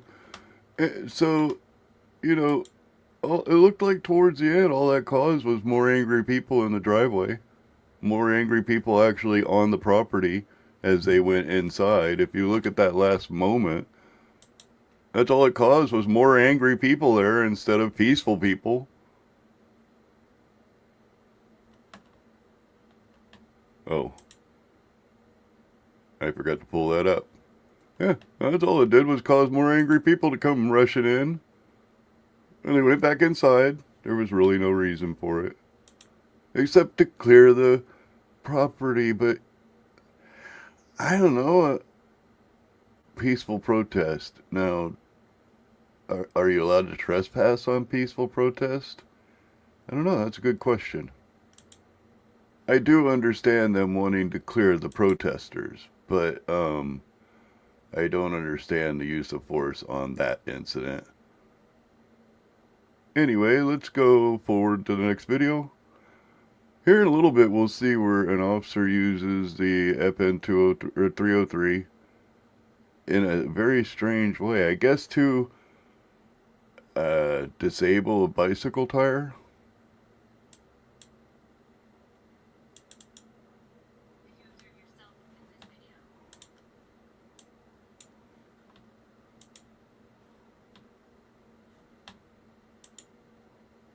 This video, I believe, is a little bit shorter. Did you observe yourself in this video? Yes. Did you observe anybody doing anything threatening in this video? Hello. I did not see anyone doing anything threatening in this video. Did you see anybody engage in violence in this? Oh my God, are you talking about the McDonald's CEO eating the Arch or something, the Great Arch or some stupid burger. That was a crazy video. He took like the smallest bite. When your CEO threatens you with eating their own food, oh, I'm gonna taste this now, but I promise you I will eat all of it later. This is going to be my lunch. I mean, that sounds like he's like telling you that he's afraid that he's going to eat the rest of that food.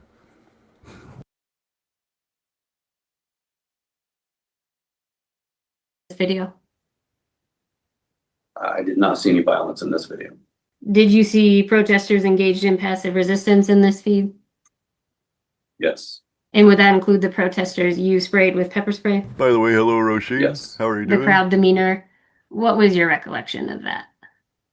That was very loud. Very loud. A lot of yelling, A lot of screaming and yelling, yes. but not violent, you said, right? No, I didn't see anything violent on there or recall violence. Well, how about we watch a video with sound? And then I think this goes right into the next deposition.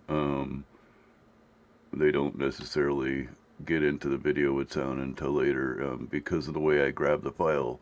I grabbed it off of a drive that didn't really have anything in order.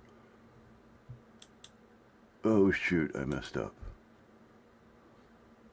I believe I was on video 5.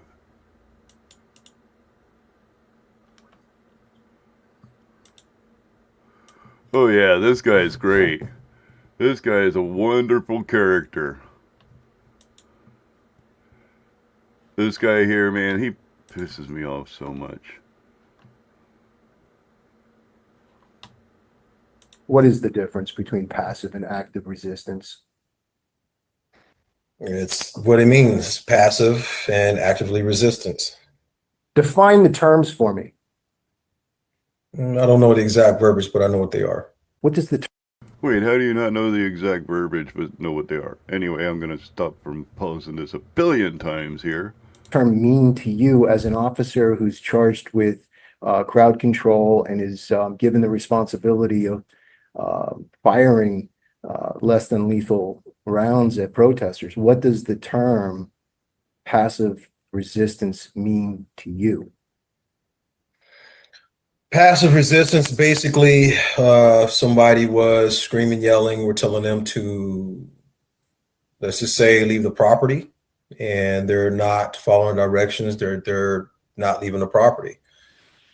Actively means that we are actually engaging with that individual. Wait, would it actively be applied to them that they are engaging with you? Anyway, we'll let him continue to explain this. At that point, because they're not following instructions and they're resisting arrest. Prior to your deployment to Portland, did you ever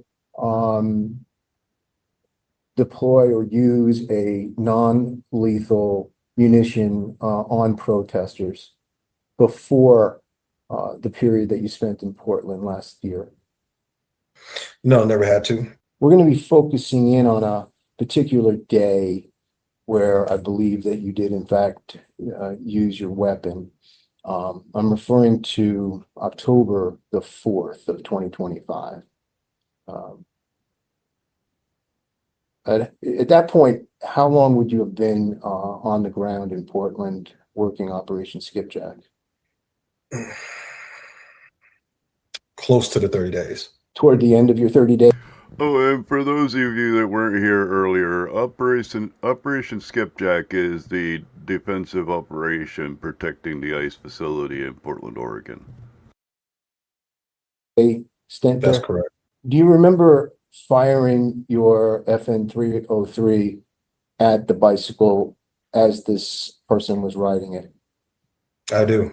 What signs or directions was he in violation of, according to you?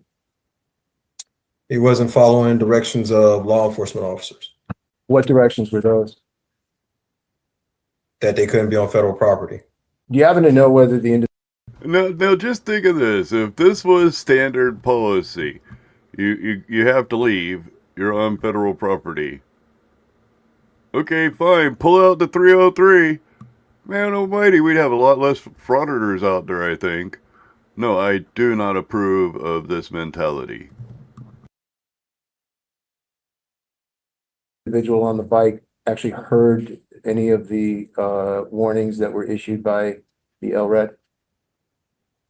I don't know how his hearing is. That'd be something you'd have to ask him. So you don't know. I don't know. You were instructed to get on the roof. That's correct. Were you up there with another officer who had a PLS, a launcher? Correct. Did you see the other officer fire his PLS in the direction of the guy on the bike? He was performing aerial saturation. That's correct. What's aerial PLS is a saturation? pepper ball gun. Basically, you'll shoot pepper balls toward the ground, trying to basically have the pepper spray somewhat in the vicinity in the air. So basically what that means, you're not firing at the person, you're firing around the individual. Were there other people in the area of the bicycle aside from the person riding the bicycle? There was people in different locations. And were they close enough to be impacted or affected by the release of the pepper spray? Now, to be honest, I don't think so, because if you're anywhere within, I don't know, 400 feet of that building, you're swallowing pepper spray. So even more of a distance than that. So when I got off the Max and I started walking towards the event, I got 1 block away from it before I could smell the chemical deterrent. So yeah, I mean, it's that whole block. I couldn't really give you an approximate, but they were around the area in different locations. Did you then at that point use your weapon to disable the bicycle? Not at first. What did you do at first? Let the officer that was next to me, use his PLS to try to, hopefully that would have did it, but it didn't. Did you at that point fire your 303? I fired the 303 after I seen Area Commander was in the guard booth, and he came out to try to one of the times the individual jumped onto the driveway, then he passed the guard booth, and Area Commander tried to apprehend him. Try to apprehend him by what? By grabbing? By grabbing him. Correct. And the individual continued to ride his bicycle? He circled back around again. At that point, you took aim and fired approximately 5 or 6 rounds toward the back tire of his bicycle. Wait a minute, you fired 5 or 6 rounds from an FN 303. There were people in the area. When it hit the bicycle's tire, what do you think happened to the round? I just don't understand it. All for a guy riding a bicycle in their little driveway there. An attempt to Correct. disable it, is that right? Correct. At the time that you deployed your 303 at the individual that we're discussing, the person on the bike, you had no reasonable belief that he was armed with a weapon, right? I didn't see a weapon. And you didn't see him physically assaulting any officers, did you? No. And you didn't Then see him why'd you light physically him up? assaulting any other protesters or people in the area, did you? No. At the time that you fired your FN 303, Think about how horrible these guys are doing for this case. Every single one of these officers have repeatedly said that they didn't see violence before using chemical force. Oh, I showed an image of it earlier. I could pull it up again. Let's see, I'll go ahead and pull it up again. It's still one of the first things I looked for, so we'll go into images. It's a canister gun. Let's see, I'll pull that up and share that tab. Yeah, so it looks like that, and they fire big ass round of less lethal. Basically, it's a metal slug with rubber around it to stop it from harming you permanently. I believe it also can fire canisters. So let's go back to sharing this. But that answers that. In his direction for the bicycle. All you could see is that he was riding his bicycle on federal property. Is that right? How do you think he's going to answer this question? What do you think he's going to say?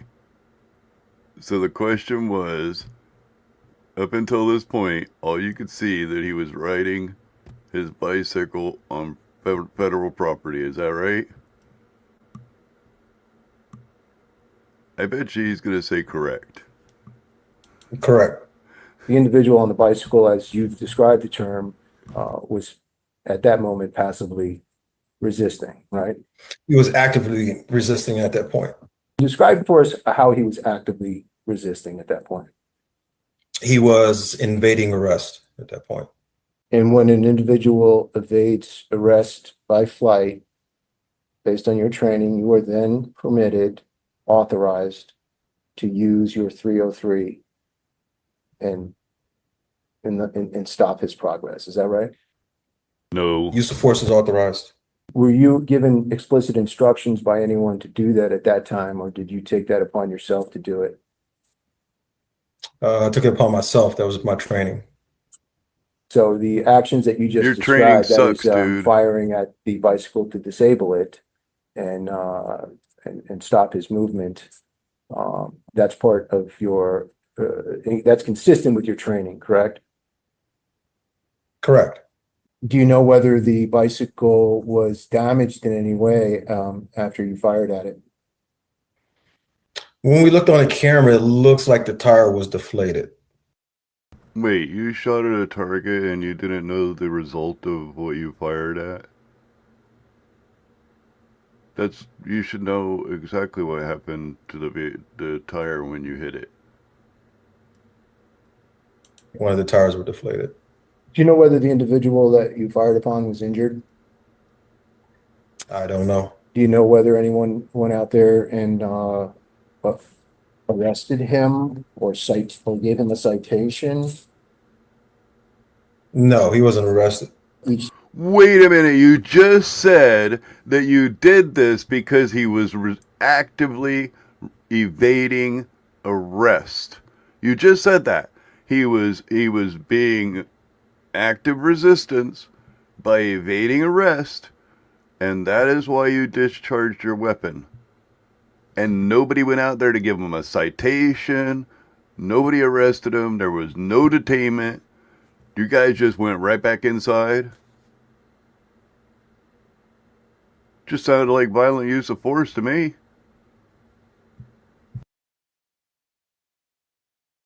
Each time you use your weapon, are you required to record that in what's known as a Form 10? That's correct. And did you in fact fill out a Form 10 on each and every occasion when you used your weapon? Correct. Were you disciplined at all as a result of any of the activities that you've shared with us today? What do you think is going to be the answer? Do you think he was disciplined? I don't know, man. We have a pretty good government force, don't we? Seeing that this is federal. You think he was federal protection officer here? You think he was disciplined?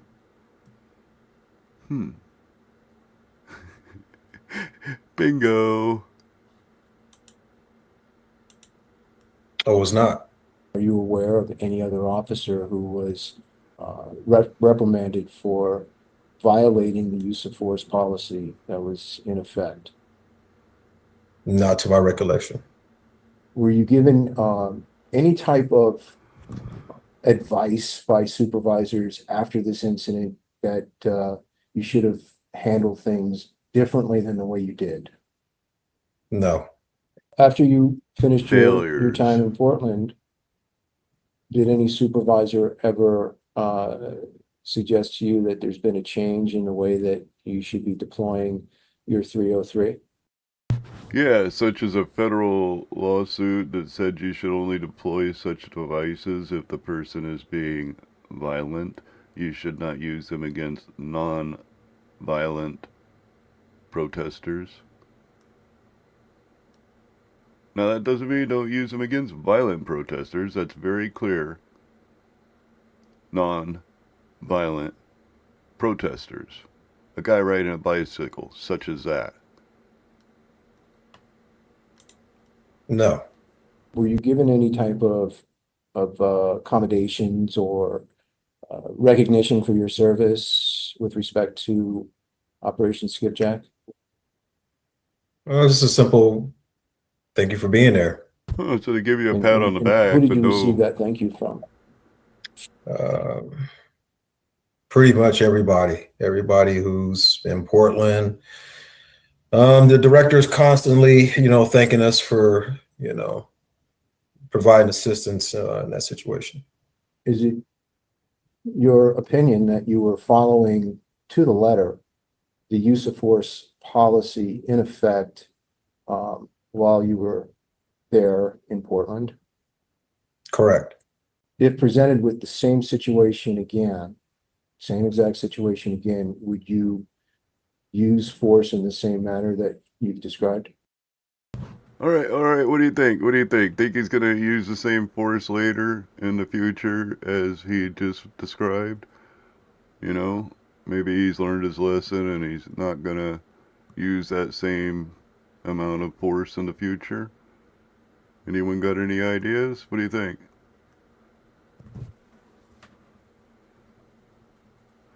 I'm gonna take a drink of my drink.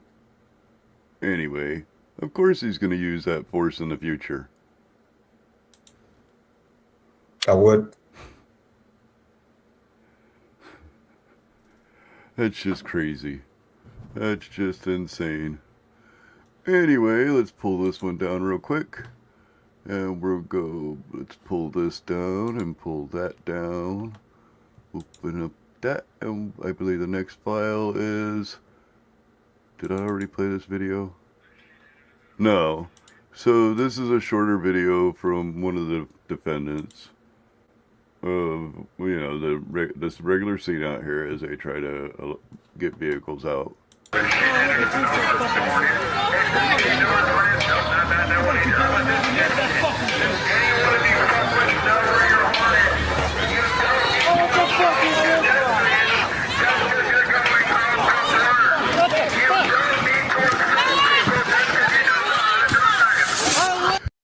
Now, wait a minute. In one of the officers' testimony, they said that they didn't leave the property. Once the driveway was cleared, they stopped pursuing the protesters.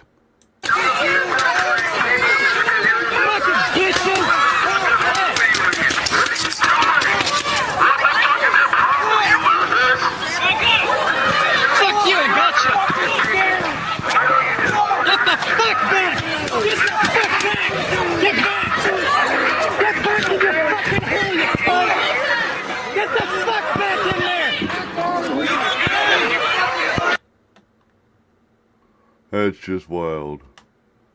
That's just wild.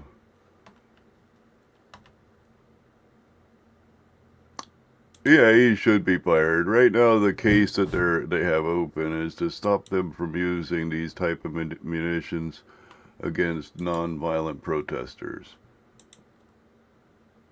Because they have kind of went overboard. Now here, this guy's like, my God. I'm gonna, while I play this, I'm going to step out and have a cigarette, because this guy sounds like he went from McDonald's straight to the police force. But he's been a police officer, a Federal Protective Service officer for 20 years. But he sounds like he just came out of frickin' McDonald's. Oops.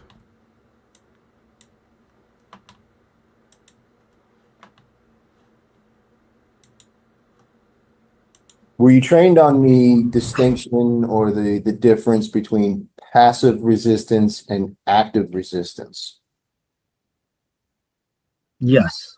Describe your understanding first of the term active resistance.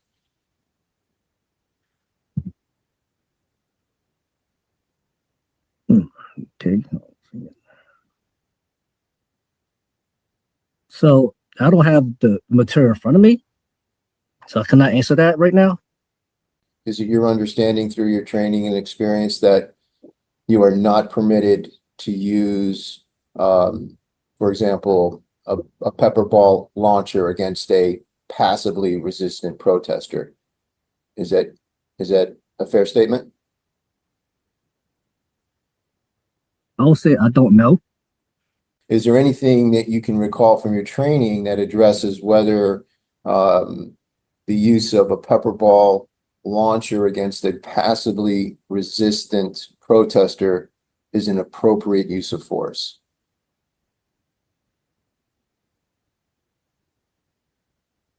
I don't know. Can you recall, in general, the type of training you received with respect to First Amendment rights of protesters?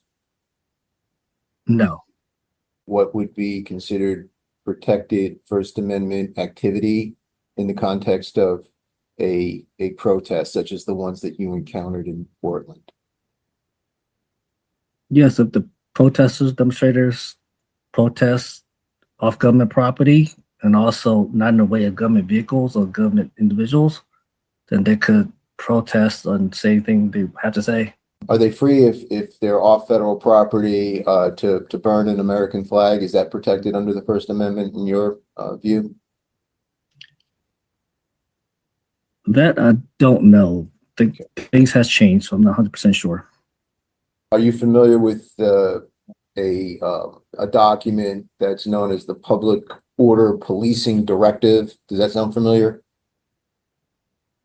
No. Are you trained in the use of soft techniques when dealing with protesters? Yes. Describe what your understanding of the term soft techniques means. Soft technique is the officer's present, hold on to a person, pepper spray, pepper ball system only for air dispersal, and joint manipulation. Is it your understanding that aerial disbursement of pepper ball, from a pepper ball launcher, for example, do you need to target a specific individual, or would it be to saturate an area of protesters? Well, you could use both methods you just mentioned. Let's say you've got a group of protesters who, let's just say they're gathered outside of the ICE facility on McAdams in Portland, and they're chanting and holding signs, and the FPS decides they need to move those protesters away, okay? So the protesters aren't engaged in any violence toward the officers, any threats, but they need to be moved away, and they're refusing to be moved away. All right, so in that hypothetical, if they refuse your commands to move away, based on your training, are you permitted at that point to deploy aerial saturation of pepper spray through a pepper ball launcher? If they don't move and an announcement has been made, then yes. I think you said you've got 20 years in with the FPS, is that right? Correct. Were you given the option of going to Portland, or was that something that you were instructed to do? I was asked. Was it a voluntary then on your part to go to Portland to serve? I'll say yes. Do you recall being given any specific instructions about Portland itself before your deployment? I don't recall. Did you They didn't give use you a any type of briefing. You just, hey man, you want to come work over here in Portland? Come out here and wreak some havoc on some citizens in Portland? Yeah, man. No briefing whatsoever. I believe all three of these officers have said basically the same thing, except for the first officer who did seem to give a very clear report. Pepper ball launcher while you were deployed in Portland at any time? Yes.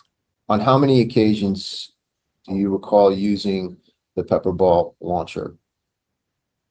Are we talking about days or the event at that night? Great question. Let's start with just the number of days, separate days that you deployed a pepper ball launcher. I'm thinking 4 times. Did you That's say a guess. 4? That's approximately, yes, 4 times, 4 different days. Is there any way for you to estimate for us total number of rounds if we were to add them all up during those 4 days that you used the weapon? Could you give us an estimate? The estimate, I'll say no. How many times did I can give you an estimate because I sat out there and recorded it for 2 days. Those officers, each one fired at least 100, 200 rounds a night, 300, 400 rounds of pepper ball a night. Easily, if not 1,000 rounds. Easily. did you pull the trigger, if you recall, over those 4 days that you used the weapon? Oh my gosh, I really can't answer. I don't. Oh my know. gosh, I don't he know. answers. A lot? I don't know. We're going to speak now about a specific day, and on that day, the deployment of munitions less than lethal by you. And so just to orient you, we're going to be discussing events that transpired on September the 1st of 2025. At some point at approximately 10:40 that evening, did you leave the ICE building and go out into the street where the protesters were gathered? Yes, And why did you do that? to clear the driveway. Who told you that you needed to clear the driveway? Whoever's in charge. Were you instructed before you left the building that you would in fact be deploying your pepper ball launcher when you got outside? I was instructed we may use it. And who told you that? Well, nobody. Well, I will say nobody that we would take it out just in case we use it. It was All right. instructed that we have to use it. Were you successful in clearing the driveway? Yes. Was that before you discharged, before you fired your pepper ball launcher? Was the driveway clear beforehand? I believe so. During this operation, I observed subject So the driveway was cleared and then you discharged your PLS. 1 who was wearing a light-colored helmet, a respirator, and a dark shirt, pouring an unidentified substance onto a canister that was actively exhausting an agent deployed by ICE SRT. You see that? Yes. You wrote that, right? Yes. You know what kind of agent that would be? I don't know. If it's coming from a canister, is it likely that it would be tear gas? It's possible. What else might it be other than tear gas if it's a chemical that's emitting from a canister? Could be smoke. The substance appeared to be water in an effort to extinguish the chemical agent that was emitting from that canister. I don't know if it was water, but to distinguish, yes. And based on that, and that alone, you pointed your pepper ball launcher in his direction and you fired at him, right? Fired towards him. Okay, so let me get this right. The man was on public property in the street. Of course, he was trying to extinguish one of your devices, but he was on public property in the street. And you decided to, which I would say pouring water on it is a lot less violent than throwing it back at you, which I've seen in a lot of protests. Pouring water on it, I would call passive.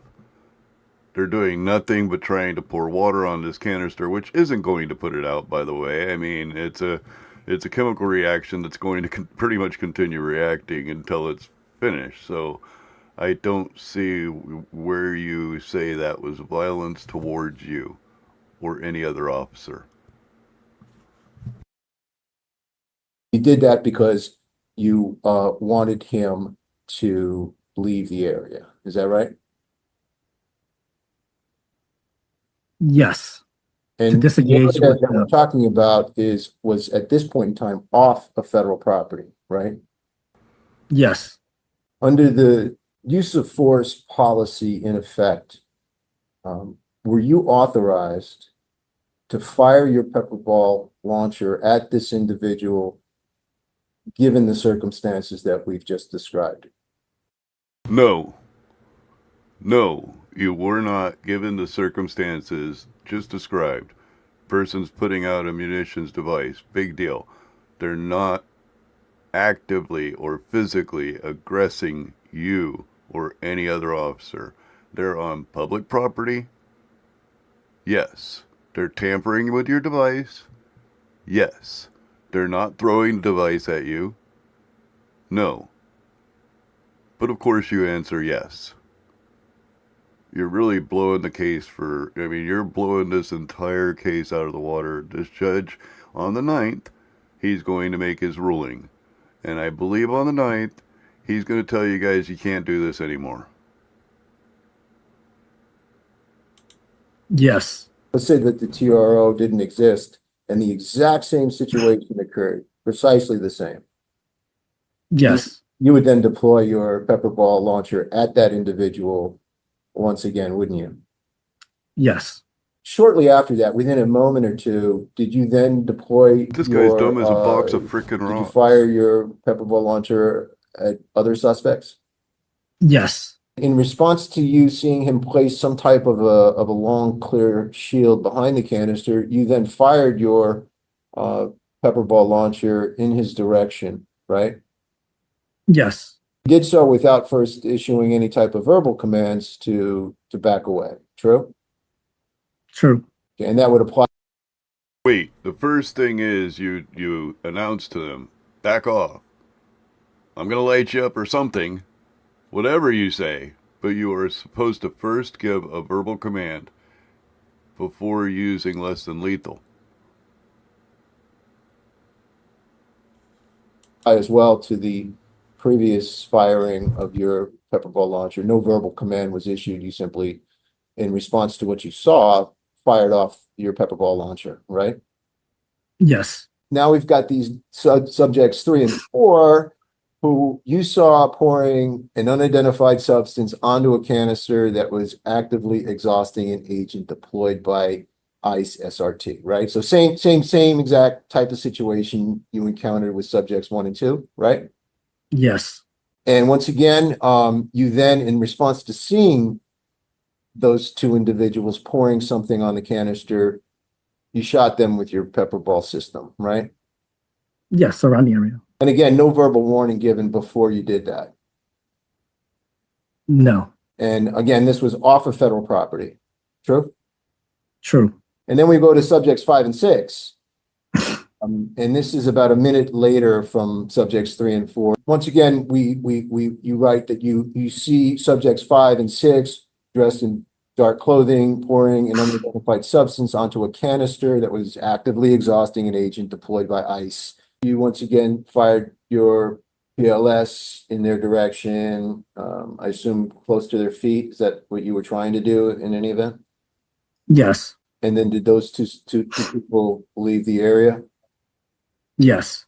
And there were other protesters or other people within a close proximity to these individuals. Is that right?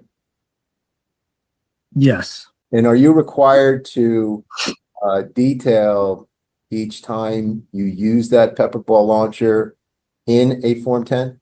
Is that a requirement? That is a requirement. Once you fill out your Form 10, does it then go to a supervisor? So I believe it goes to a use of force instructor. Were you reprimanded in any manner based on the use of force that you used this night and into the early morning of September the 2nd? Now, as I said, you said multiple times that you gave no warning. You just walked out there and were firing off rounds because you saw things. You saw things. And you are going to tell us now that you were not reprimanded at all. No. Crazy, crazy. Each one of these are just maddening. Now the next one, and like I said, each officer in line ends up sounding less and less and less intelligent than the first. So Exhibit 15. What is Exhibit 15? Okay, this is a video outside the facility. I'm not exactly sure. There's going to be one. Oh, this is the flashbang video. Oh my God, this is great. Look at this crazy. Okay, now, from what I see in this video, if this is a video I'm referring to, let me go ahead and pull it up real quick. Yeah, from what I see in this video, they get all ready to come out. I'm not sure if they've given an announcement or not, but all of a sudden they turn downtown Portland into World War III.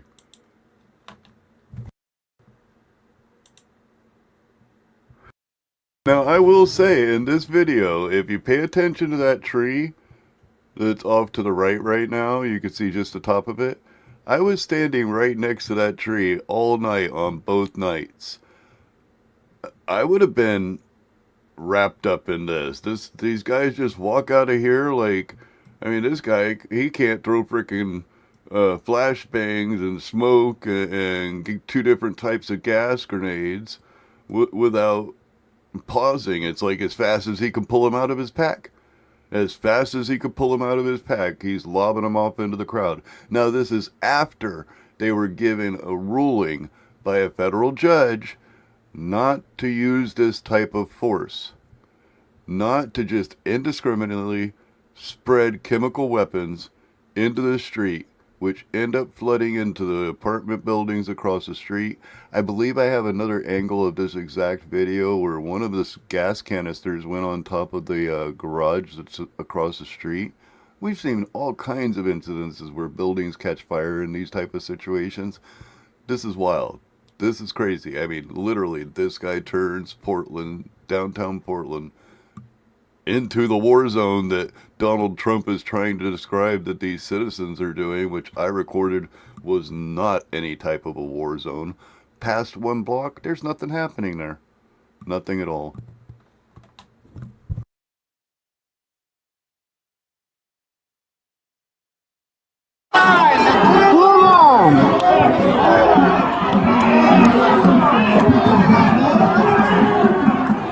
Yes, sir!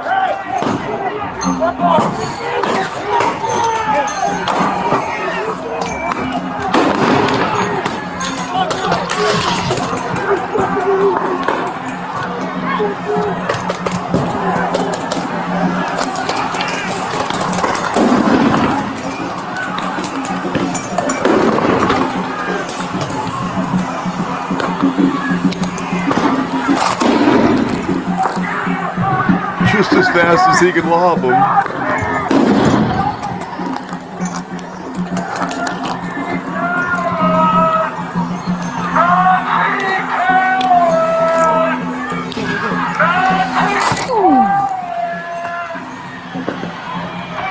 We're going to cause a product wall. The people are going to get hit. You will be responsible for every individual that you injured. And we'll peace the people.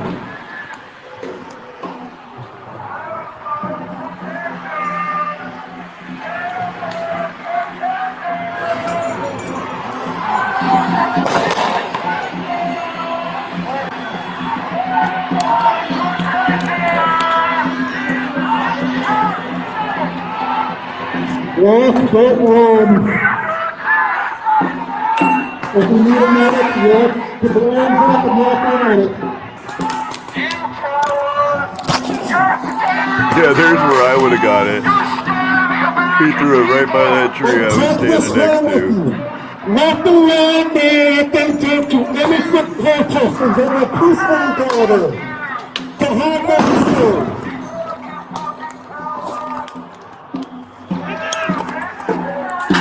Let the land see. Let the stolen attention see. Have a good night. Bring it on, bring it on. But these walk, glass, and a clan of peaceful protesters. A man murdered crowd that asked you to stop being fucking monsters. Bring it on, bring it on.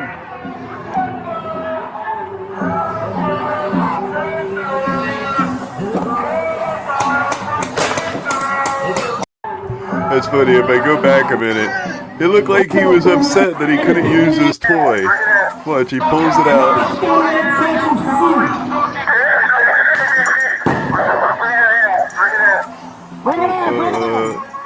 But these walk, glass, and a clan of peaceful protesters. A man murdered crowd that asked you to stop being fucking monsters. It's like he put it away and then he waited a minute to bring it in. Bring it on, bring it on. It's just crazy. Anywho, so they just walked back inside. There was no vehicle. No vehicle leaving the building.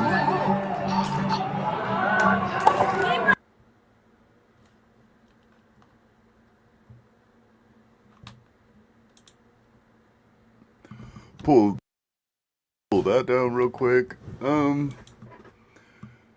shoot. That went the wrong way. Was that what, 15? Exhibit 15? Now I have one more exhibit on day 2, which is another deposition from an officer. I believe this officer is actually a lot less intelligent and a lot less skilled. He quite literally basically says he doesn't know anything. But to give this guy some credit, he also says he never deployed his chemical deterrents, and he never deployed his FN-303, and he never deployed any type of munitions, which is, I guess I can give him credit for that. And this, I believe, is just Exhibit 16A.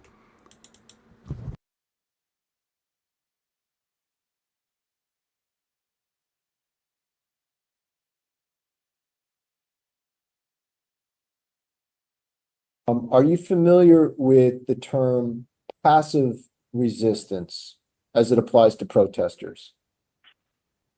I want to say the term passive resistance is new to me when it comes to describing protesters here in Portland, like in New York City, and even in the academy, I never heard of anything passive resistance until I got to Portland. Where did you receive this instruction or this information while in Portland? Regarding what passive resistance is? Yes. When were you told about? From what I can remember, during that first day orientation. Describe for us, as best you can, in as much detail as you can, what that specific Portland assignment training was.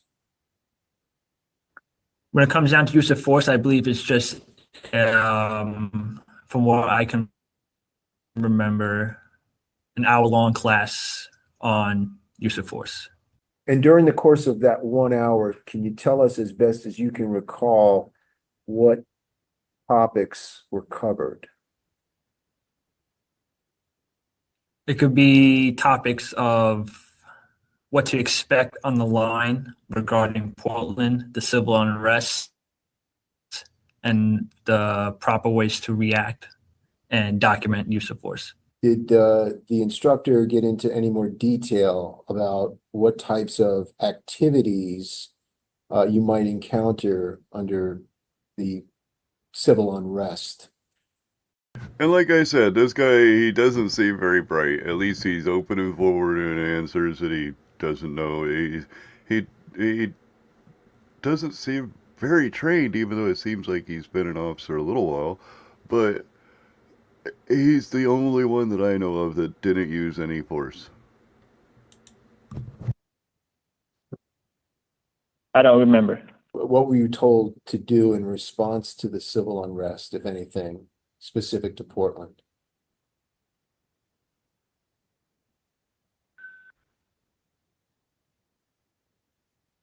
I can't remember. Did Man, the they need to instructor start testing you guys define for pot. civil unrest to you? I can't remember that. During that 1 hour session, were you given any instructions or information about the potential use of force that might need to be deployed against protesters? Yes, sir. What do you recall? I can recall being told in a possibly using OC spray, pepper ball, and I think that's it from what I can remember. Those are the two big ones I can think of right now. Are you familiar with the use of what's called an FN 303? The FN 303 was not. I was not taught FN 303 prior to Portland. So prior to Portland, you say you were not certified in the use of 303, right? Yes, sir. In Portland, were you trained at all, or did you use a 303? During Portland, we were all given a. Let's see. We were all qualified. Well, a lot of inspectors became qualified, including myself, on the use of the FN 303. You weren't qualified for the pepper ball launcher either? Negative. I Okay. was qualified at Portland for the pepper ball and the 303. Yes. How long was that training? I would say 1 hour. 1 hour of classroom regarding the fundamentals of it, like 1 hour. 1 hour of training. So basically, they taught you how to clean and use the thing. how to load, unload, how to properly take care of it, and then approximately an hour on another day 2 hours. To deploy it correctly A range. at a range. Was 1 it hour of range and 1 hour of learning about the weapon. Ice, you failed me. I mean, come on. explained to you why you needed the additional certification to be able to operate these weapons in Portland? From what I can recall, it was for everyone to be able to, just in case an inspector got hurt or an inspector needed to switch out.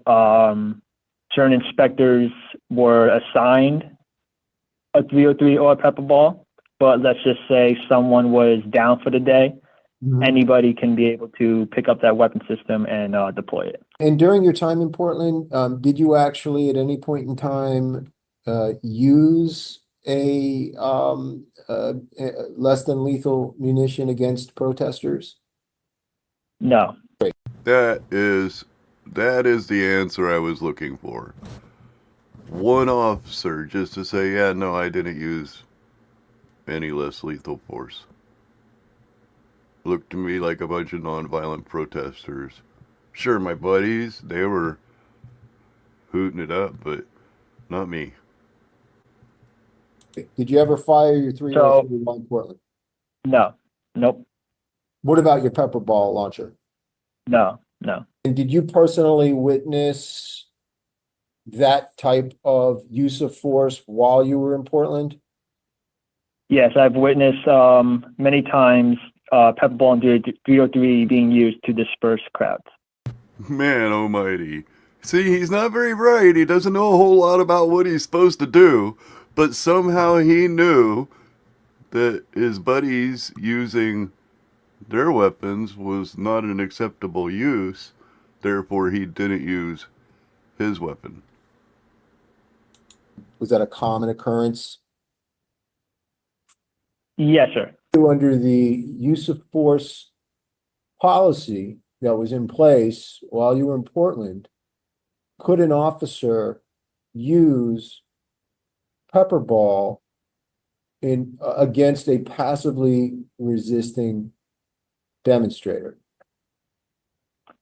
From what I can remember, yes, because pepper ball and I believe the 303 we were taught to use as an area saturation, more so to have the ammunition used, the pepper, to disperse a crowd. So from my training, There was a specific court ruling which had said not to do that. It said that they trained you this way, sir.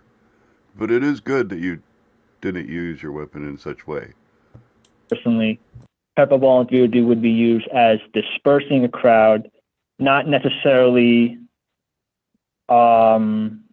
using it to cause harm or to cause physical harm.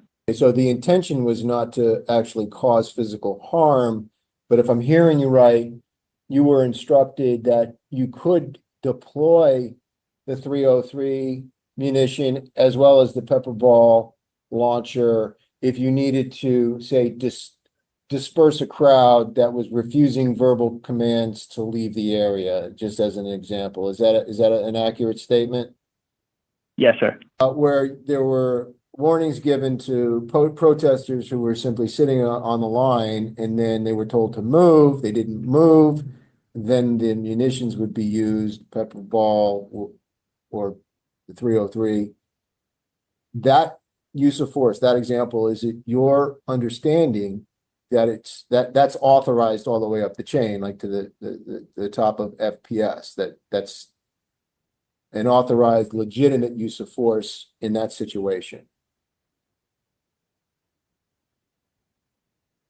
Yes, I would say yes. Wow, they're not training this guy right. I'm really glad that he didn't use that type of force, but they're absolutely not training him right. They're not giving him the right documentation. Are you familiar with the public order policing document?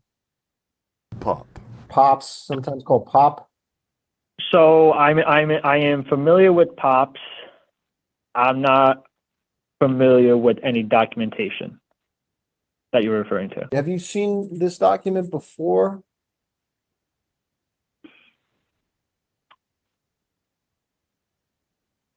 I don't. Okay.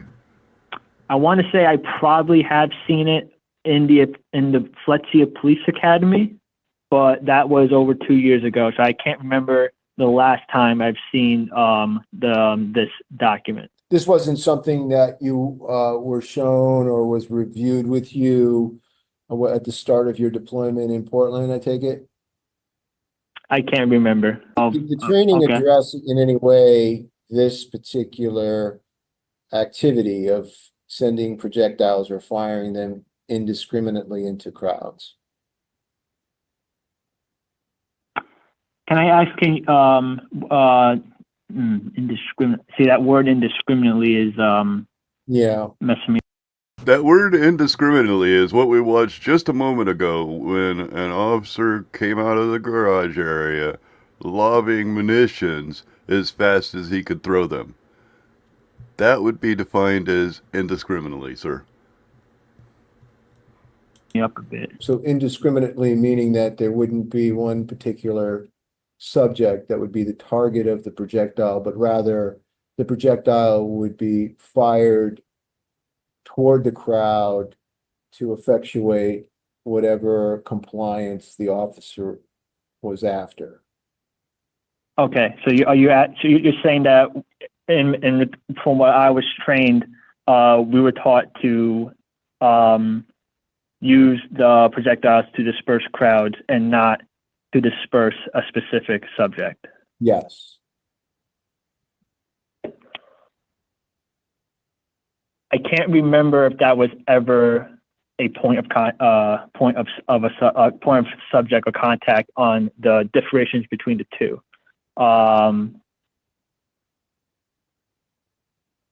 In my experience, the 303 and the pepperball were used for crowds. I can't recall if it was ever used against anybody in specific or a subject in specific.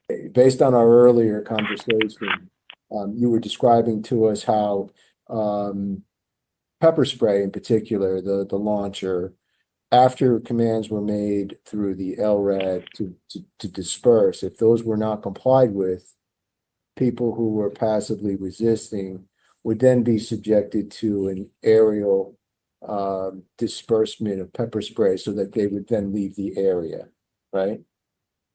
Yes, sir. And did anyone from up the chain of command Tell you you're within not the, supposed to do that? FPS address that specific issue with instructions that that type of use of force should not be employed against passively resisting protesters? I don't remember if that was ever in my experience or any word. I don't remember any. I don't remember that. So yeah, basically they're not giving them the proper levels of training. I mean, I'm glad that guy, at least I can say that guy gave testimony under oath that he did not use any of that type of munitions while he was there. Let's see what we have in day 3. One more video. 2. 3. A few PDFs. 4 or 5. Whatever, man. I started it. I may as well make sure I have the full docket. Here's 6TA2. Oops. I hope it's not the same thing repeated.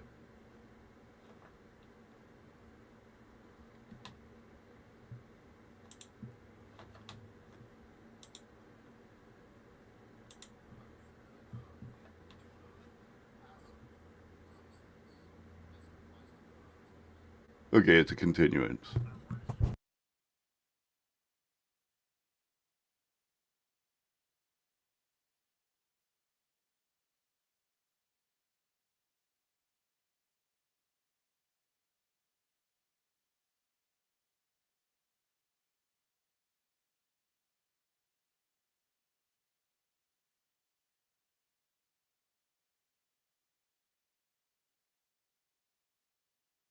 What? There has to be passive resistance laws in New York City. Anyway, like I said, it doesn't sound like he's highly trained, but it does sound like he used his weapons properly. He didn't deploy any type of munitions.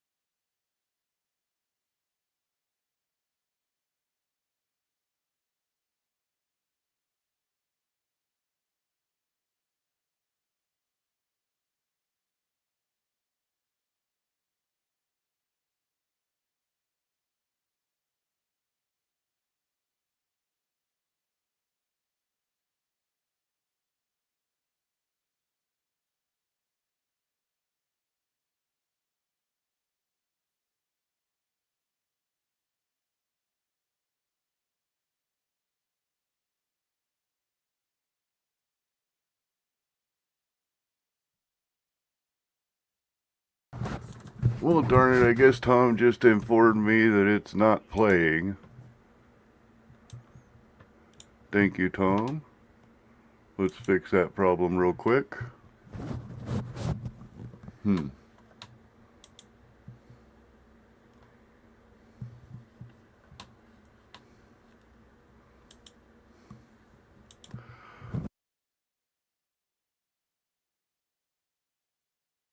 Sorry, I see why. I was still on day 2 of the trial, so here's day 3. Uh-oh. I unplugged my headphones. Anyway, let's start this up. I didn't realize it wasn't playing for you guys. Pop this up here. And like I said, this was the officer that didn't have any, he didn't use any munitions whatsoever as far as his testimony. Are you familiar with He's kind of a bit dingy, but didn't use any of his munitions. the term passive resistance as it applies to protesters? I want to say the term passive resistance is new to me when it comes to describing protesters here in Portland, like in New York City, and even in the academy, I never Thank you heard very of much, anything Tom. passive. Yeah, I went in to use resistance the until I got to restroom. Portland. I come Where did you come out and Tom's like, receive "Hey, your shit's this not working." instruction or this information while in Portland? Regarding what passive resistance is, Yes. When were you told it about? would, from what I can remember, during that first day orientation. Describe for us, as best you can and in as much detail as you can, what that specific Portland assignment training was.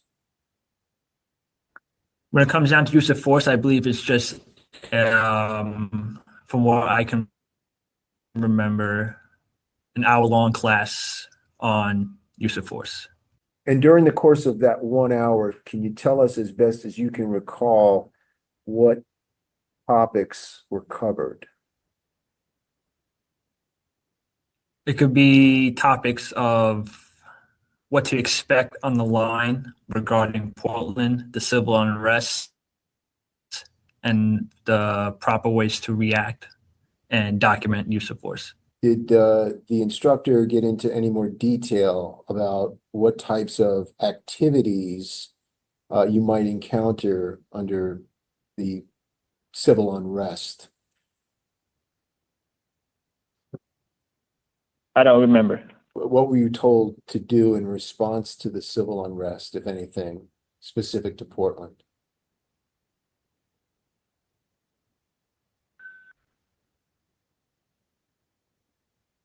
I can't remember. Did the instructor define civil unrest to you?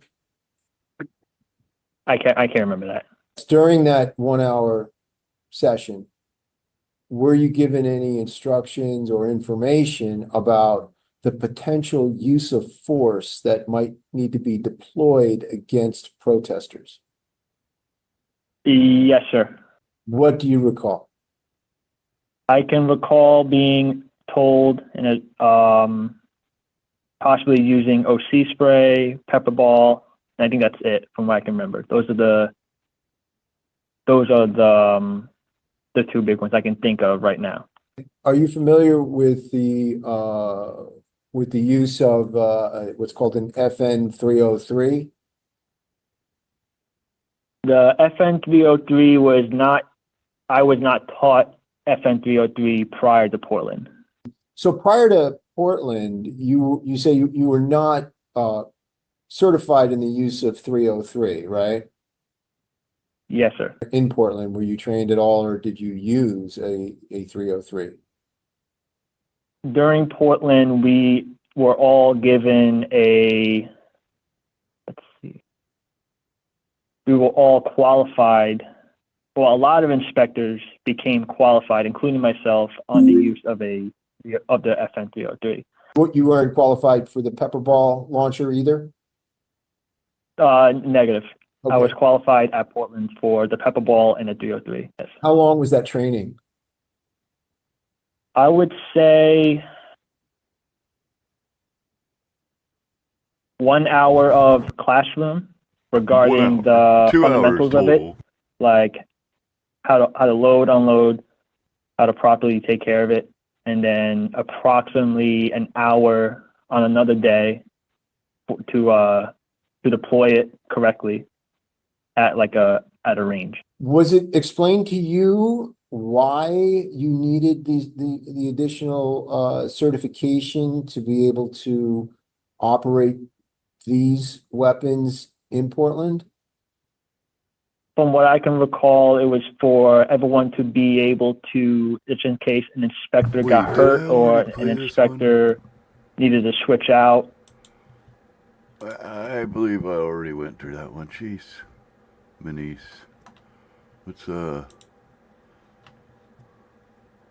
me pre-watch a little bit of 17.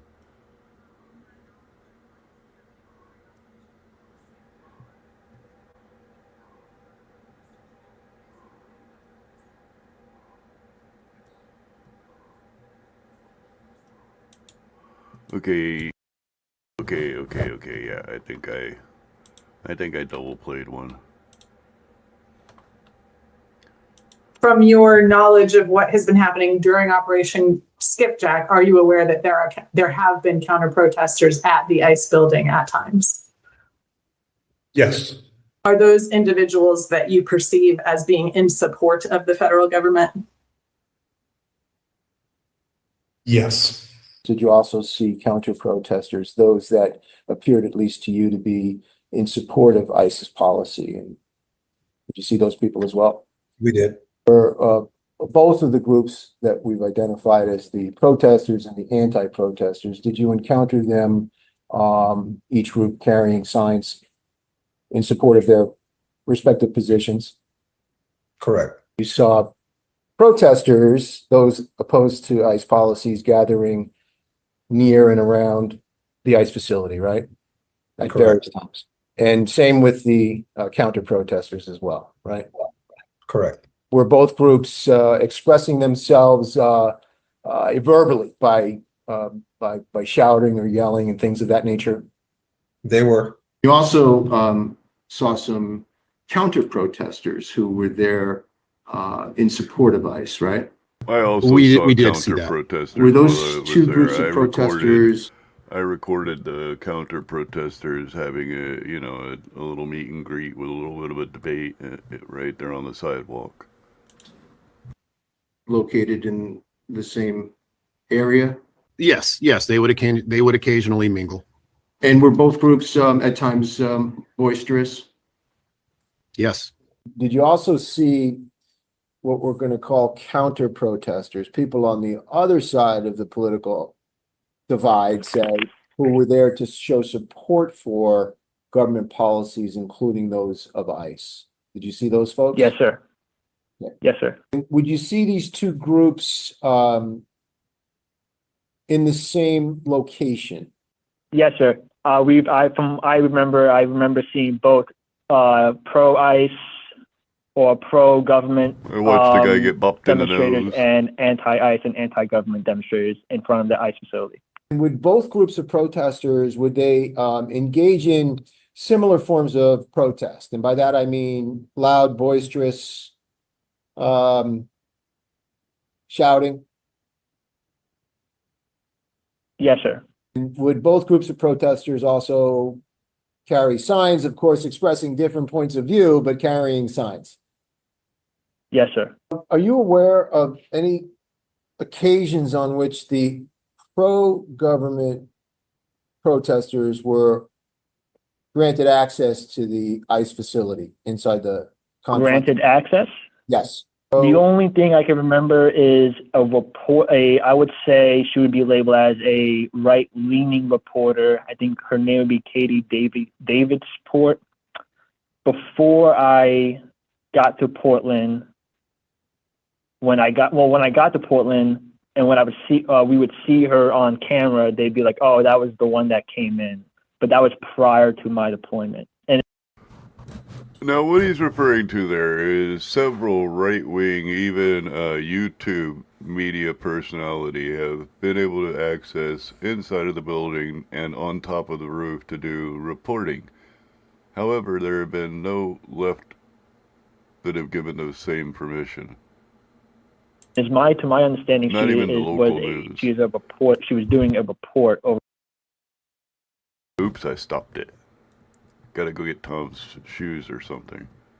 She was doing a news story on us or on the ICE facility. I wouldn't say that she was a demonstrator being granted access per se. Did you also encounter any what I'm going to call counter protesters? Those would be individuals who were in support of ICE policies there in Portland. Yes.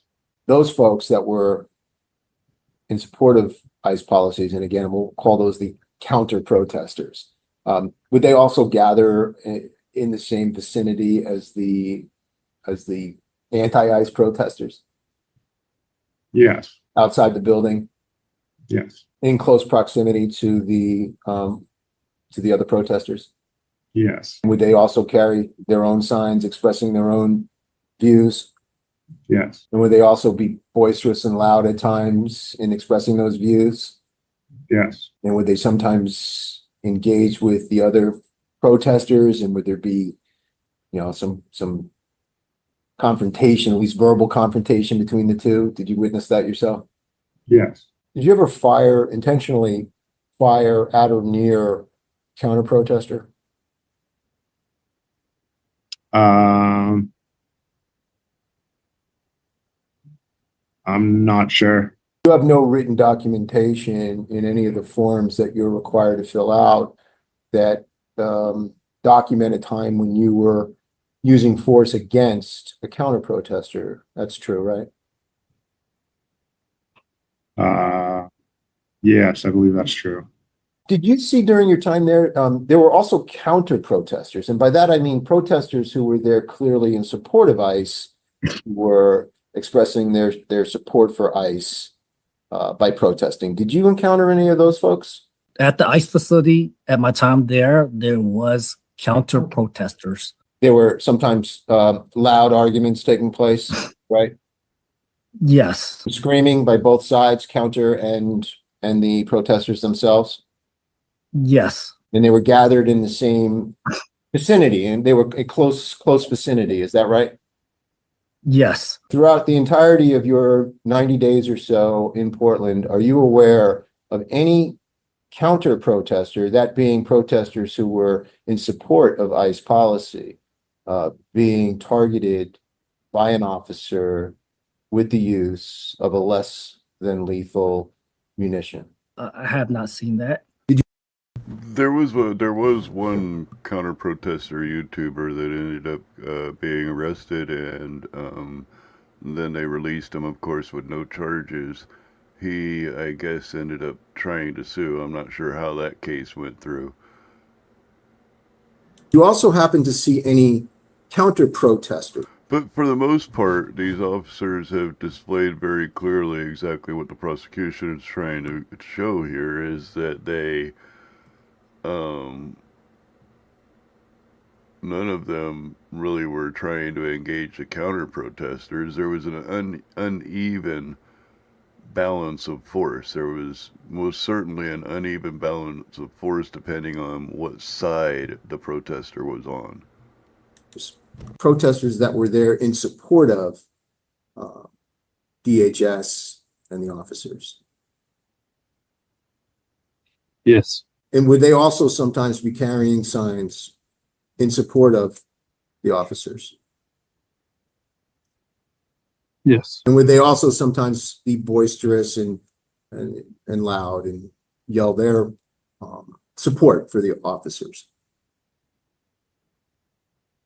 Yes. And would they also be in close proximity to the same facility that the anti-ICE protesters were gathering? Occasionally. And to your knowledge, was any of the pro-ICE counter protesters, were to your knowledge, was there a single one ever subjected to the use of non-lethal force by you, first of all? By me, Yes. I would say no. Are you aware of any other officer assigned to Portland during the time that you were deployed there who used non-lethal force against any counter-protester, pro-ICE protester? Are you aware of a single person who was hit with munitions? I'm not aware of any other officer. Very, very, very unbalanced use of force. That's what the prosecution there was trying to show.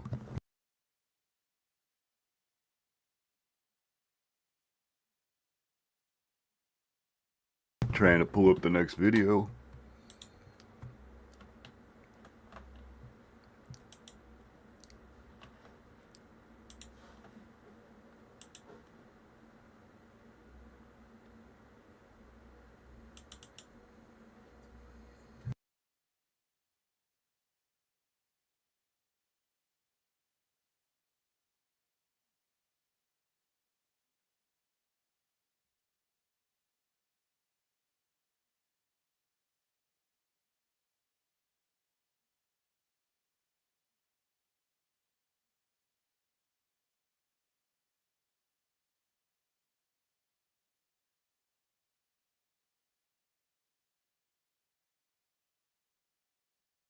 Oops, I'm doing it again, not sharing the video. What a ding dong. It's okay, it's my first day. Sorry, guys.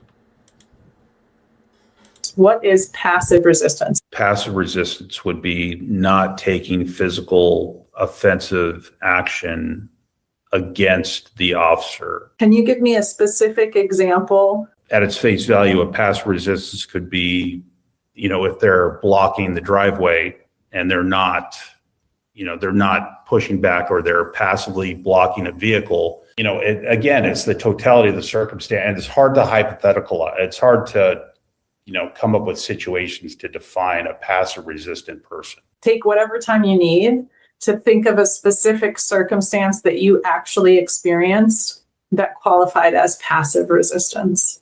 They're not physically resisting. They're not pushing back. Rosa Parks refusing to move out of her seat on the bus. Would you consider that passive resistance?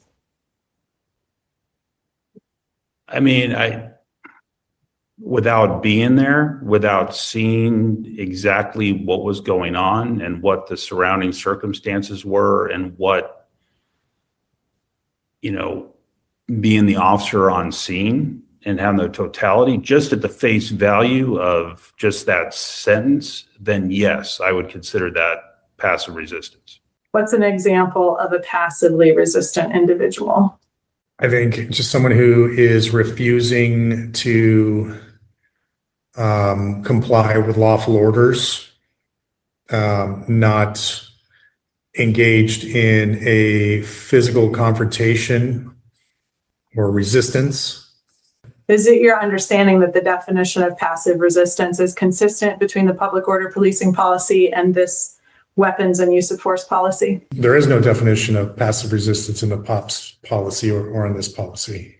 Is it part of the training for FPS on this public order policing policy to train inspectors and agents on the difference between active resistance and passive resistance? I'd have to refresh myself with the syllabus. At my level, I go through the POPs supervisor course, which is more on the management side, not the execution side. Can you describe to me what the phrase actively resisting arrest means? Failing to comply with lawful orders. I think when you are playing limp or pulling away during an arrest and or assaultive of an officer. You had used the example of someone going limp when being arrested. That's passive and you had aggressive. classified. That's not active. That's passive, sir. that as active resistance. Based on these definitions on these training slides, do you still think that is active resistance, or is that passive resistance? I mean, if you, I guess the way I see it, if you make the conscious decision to physically go limp, that is a physical response to your own body's command, right? What? I think going. Wait a minute, that was like a flat I guess, earther for the example I explanation. used, Wait, limp, hold on. I guess for going limp, I guess for the example I used earlier, is a physical thing that you knowingly, willingly do to counter an officer's attempt, not necessarily to control, but to avoid an officer's lawful order. Are you familiar with Rosa Parks' refusal to move from her seat on the bus? I am. Would you consider that passive resistance or active resistance?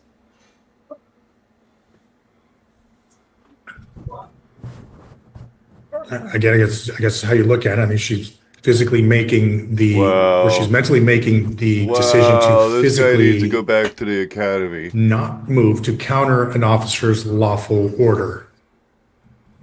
So is that considered active resistance or passive resistance? I'm going to lean towards passive. Oh, But very there's a good, willfulness finally. there that After they forced it into you. I think is a variable that should be taken into account. Wow. That was horrible. That was truly horrible. Anyway, so you could describe, I guess, active and passive any way you wish, depending on the situation, whether you want to make it active or not. That's basically what he's saying there. Okay, now these are court records. If you want, I can give you court records in the Discord. Just ask for them. We're going to go to the last two, Exhibit 24 and 25.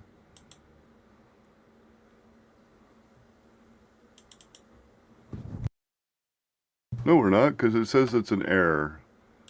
Error, error, error.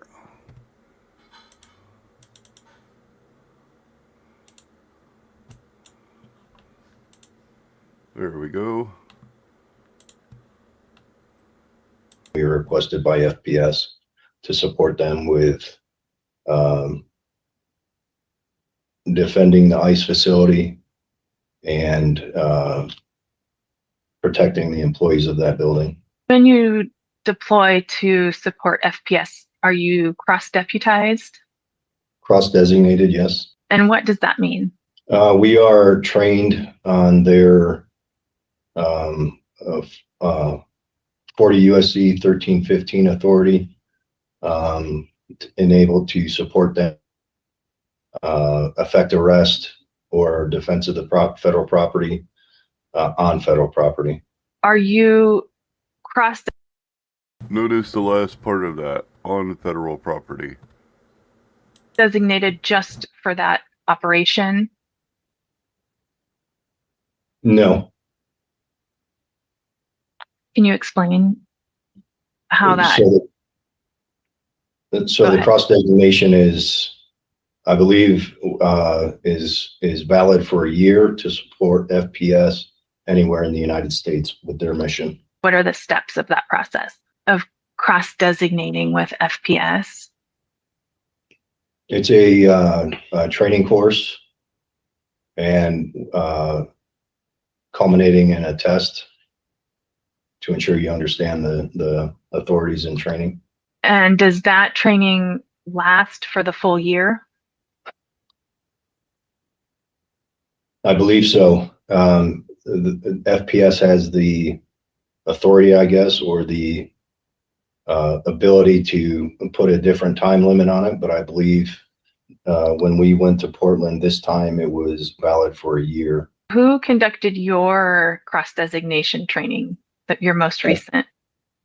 FPS. I'd like to kind of find out what of FPS's policies you are familiar with.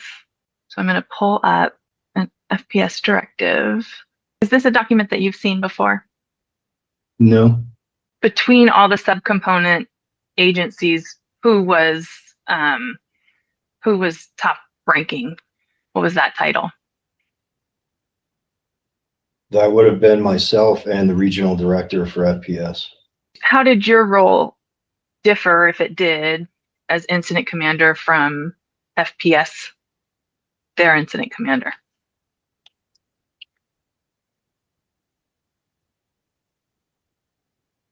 Well, FPS was ultimately responsible for the safety and security of the building and the personnel inside. We were there in a support role to help them accomplish that mission. But my focus was on the CBP personnel.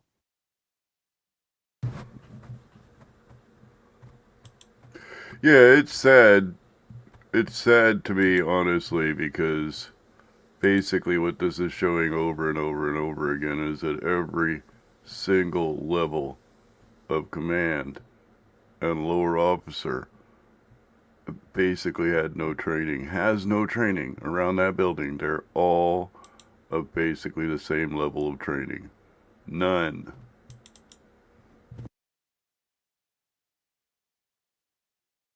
Anyway, we were here on the last video. Let's go ahead and share. Which is good because I'm sure Tom is getting hungry. What date would you consider the beginning of Operation Skipjack? Probably be around June 12th is when it became apparent that it was going to be a much larger Matter of fact, I'm going to operation get that started real fast. that we had to deal with. Around the time that Operation Skipjack was happening, did you hear any statements that were made by President Trump about Portland? Just about the situation on the ground in Portland being bad. It obviously caused a stir. His words were that the building was under siege. When I went there, I didn't see any building under siege. Factually accurate to refer to the entire city of Portland as war ravaged? I've got a We different have no perspective, glass. having You don't served in remember all a of couple this different stuff? war zones in my time in the military. Buildings so are no, burning just my down. own personal experience. I mean, Nothing I've seen, and I would live not. here. I would not call it war ravaged.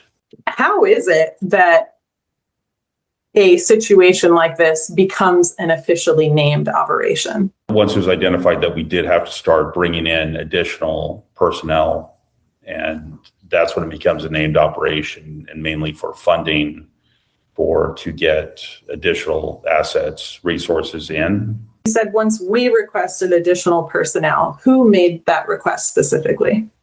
I personally made the request to our deputy director of operations that we would need additional personnel. The three main agencies that are involved are FPS, CBP, and ICE. Is that correct? That is correct. Occasionally, you do have other agencies like BOP or the FBI, correct? Correct. Yes. Do you know the requirements for being cross-designated into FPS for Operation Skipjack? I do not know the exact requirements. No, Okay. that I do know there is required training that they complete. Do you know what that training covers? Directly, no, I do not know. I've never attended it or seen the actual training. Public order policing policy is an FPS policy, correct? That is correct, yes. Do you know if any specific training is provided on the subject of public order policing? That I do not know. FPS Operation Skipjack slide. Why did she create them? So we provide a brief for the new teams, or we call them waves of deployed personnel. When they come in, we have a day dedicated to training and basically orientation briefs. This is provided to only FPS personnel. FPS use of force overview slides. And what is it? This is the slide deck for the use of force overview presentation that we provide all the new FPS personnel that come in to support Operation Skipjack Portland. Is it used at the same training that you previously described, the orientation training when new FPS personnel arrive in Portland for Skipjack?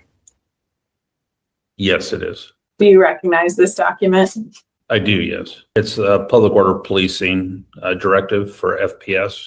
FPS personnel are supposed to follow this policy, right? Yes. Would you agree that the activity outside the ICE building in Portland is covered by this public order policing policy? Yes, I would. Portions of this directive will be shared with partner law enforcement agencies that operate at the request of FPS in support of an FPS mission. Is this public order policing policy shared with the other federal personnel who come to the ICE building in Portland as a part of Operation Skipjack? I do not know. Do you know?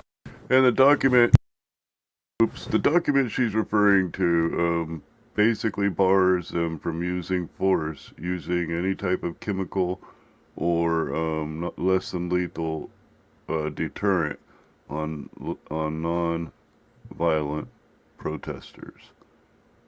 If the federal personnel who are not a part of FPS but come to Portland as a part of Operation Skipjack receive training on public order policing? I do not know the level of training the other agencies have in public order policing, no. Is it accurate to say that all FPS personnel are trained on this public order policing policy? I cannot speak to if every single 100% of all personnel are trained. At some point, there were regular nightly meetings between all agencies. Yes, Did you participate in those meetings?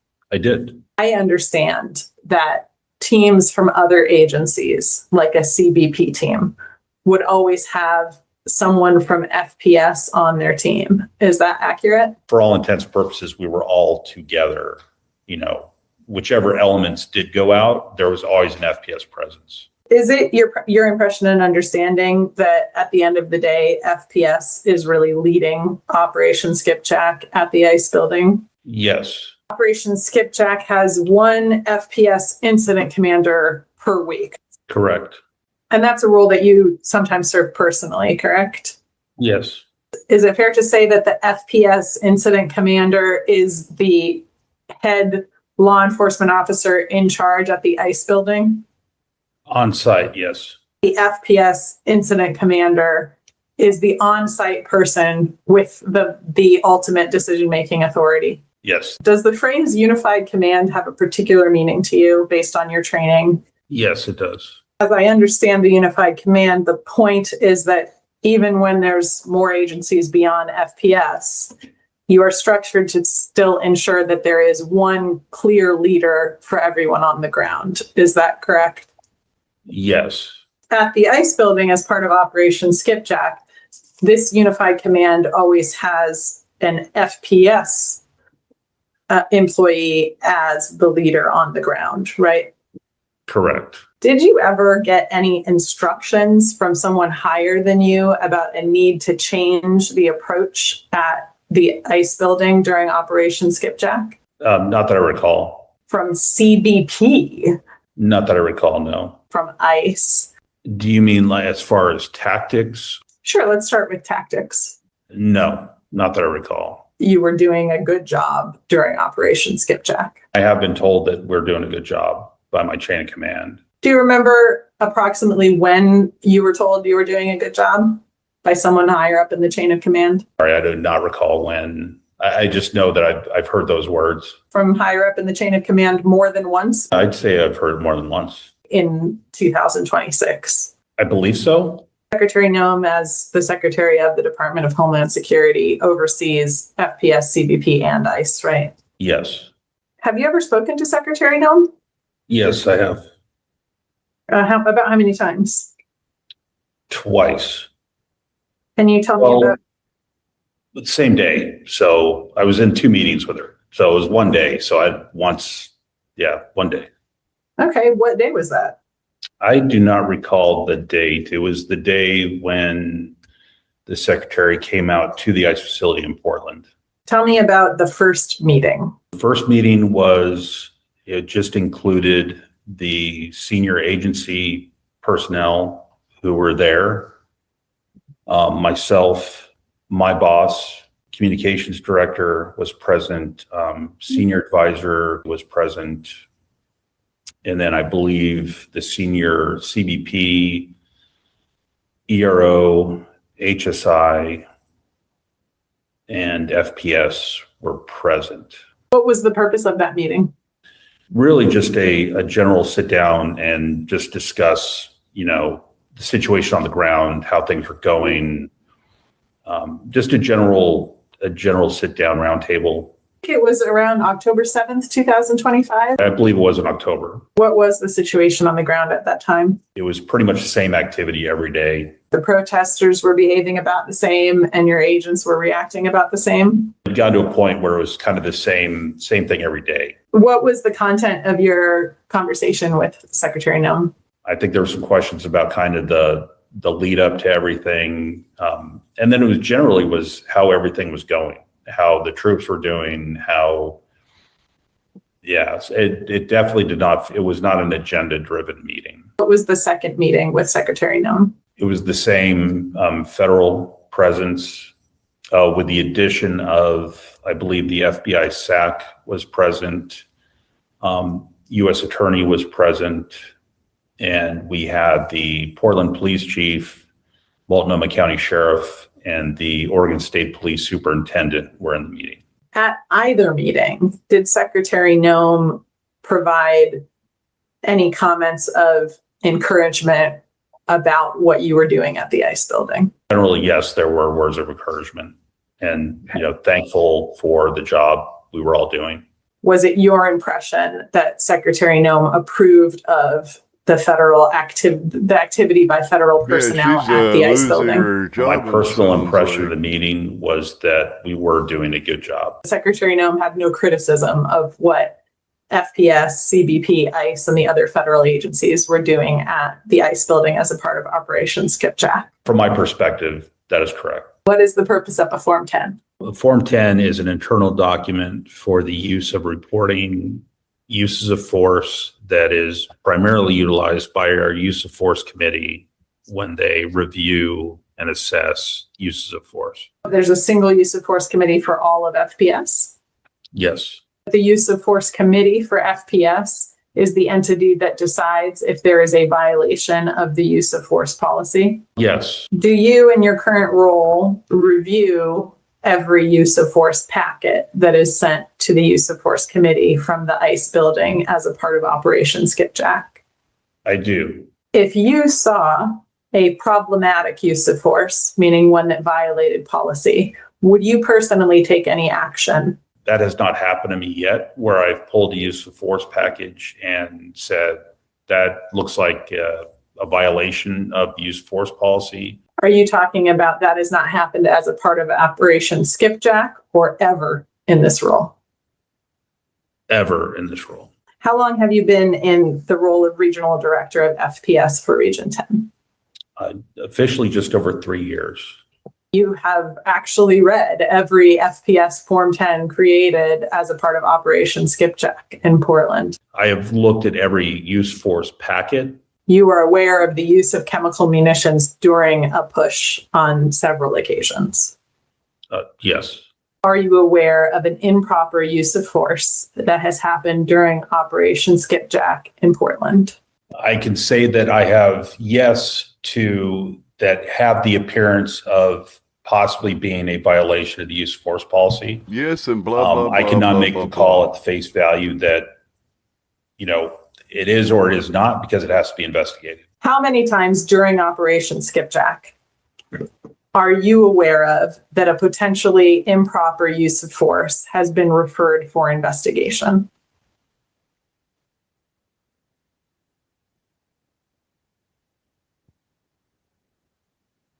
As far as an exact number, I'd say approximately 4.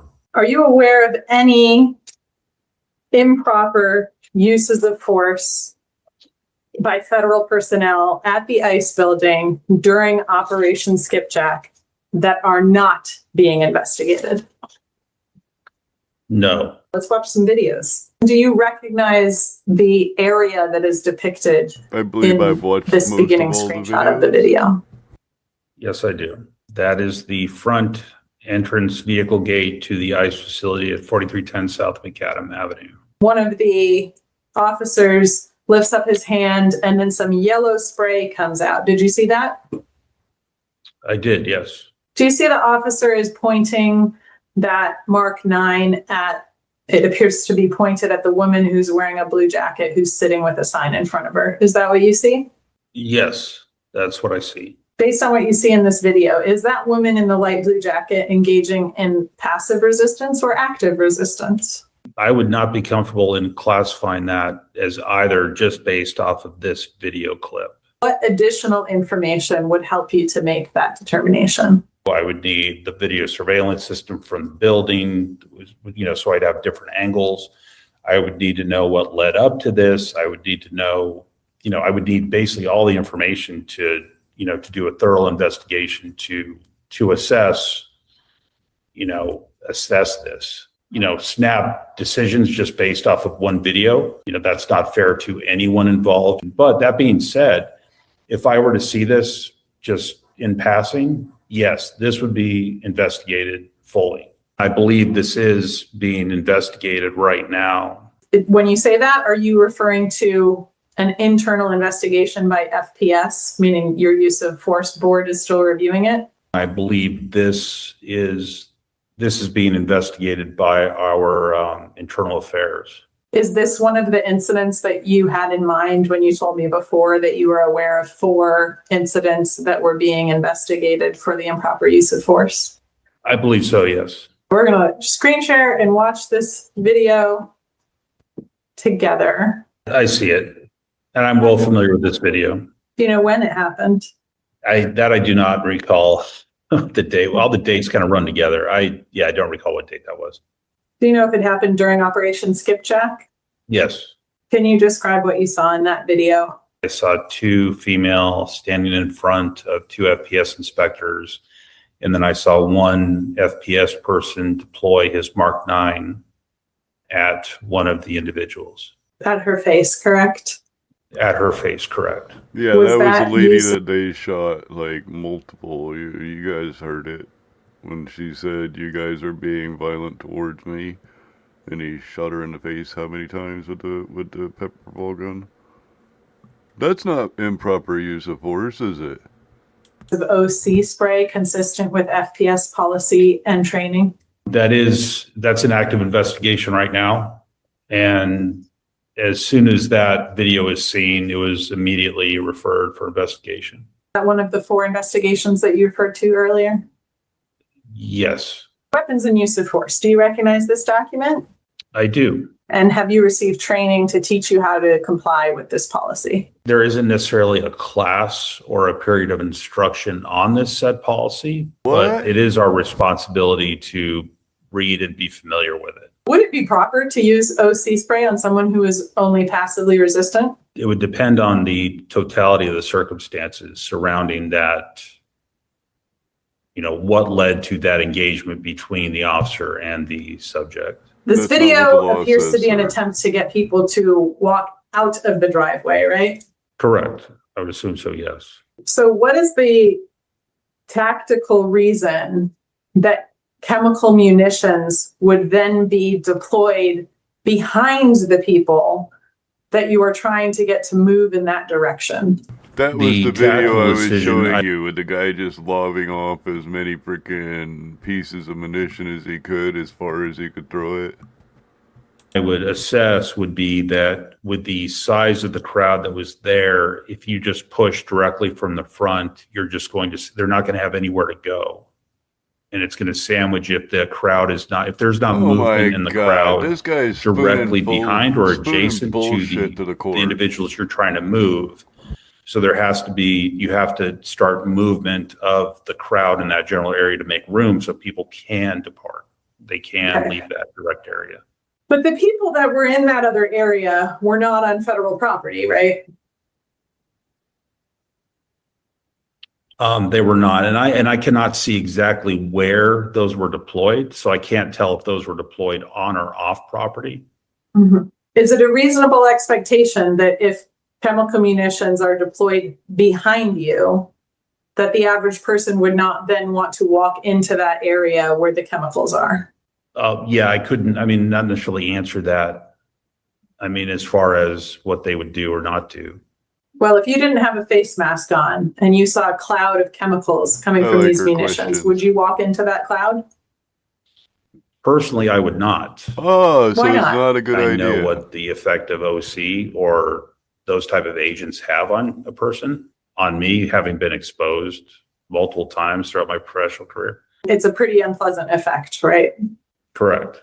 Physical symptoms, eyes can't open the eyes. There's the physical reaction to, to not being able to see, the obvious pain that it causes to the mucous membranes. I mean, it's somewhat obvious when it is in effect. Do you have any idea how many members of the public have been injured since the beginning of Operation Skipjack? And I do not have that information. There is a temporary restraining order in place currently that affects the ICE building in Portland. Yes, I'm well aware. Has there been a deployment of any chemical munitions at the ICE building in Portland since the entry of the temporary restraining order on February 3rd, You're supposed to 2026? stop. As far as I know, no, there has not.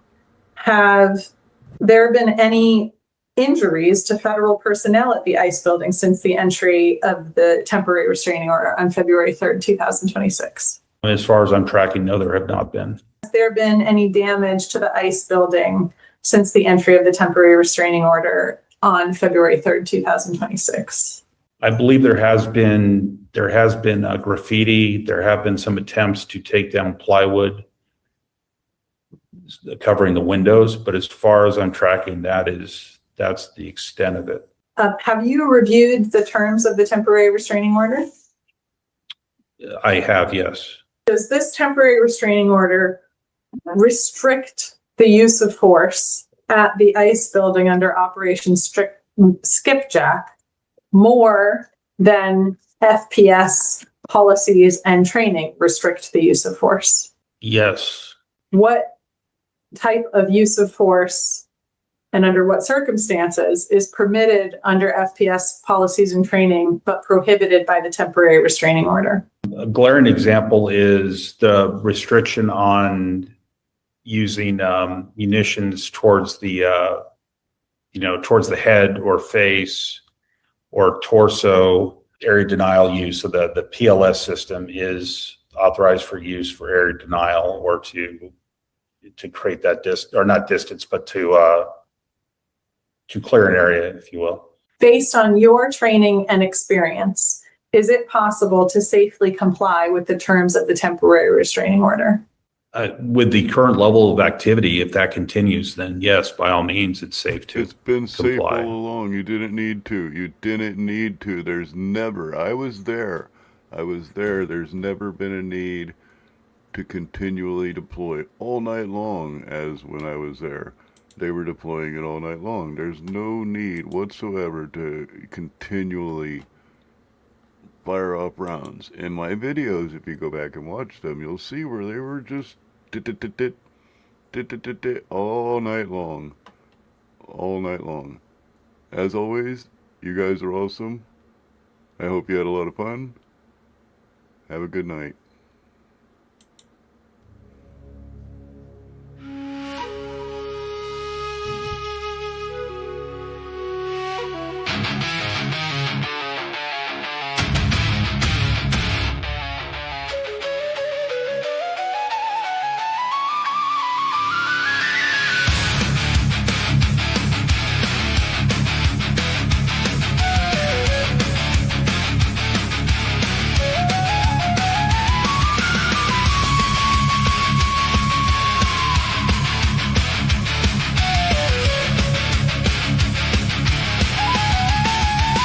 It started with lanterns in gathering crowds, where the voices rose steady, unbroken and proud. They carried petitions from dusk through night, believing that reason could settle the fight. But power grew deaf as the empire grew cold, and the silence around them was heavy and bold. People ignored, learned the cost of restraint. For peace without justice becomes comes the complaint. The soldiers arrived with their muskets aligned, their discipline rigid, their warnings defined. The marchers stood firm, though the tension was sharp, like a bowstring pulled tight on a half-finished harp. They asked for their rights with a calm, steady plea, but the answer returned was authority's decree. When rulers forget where their duty became, the spark of resentment can kindle a flame.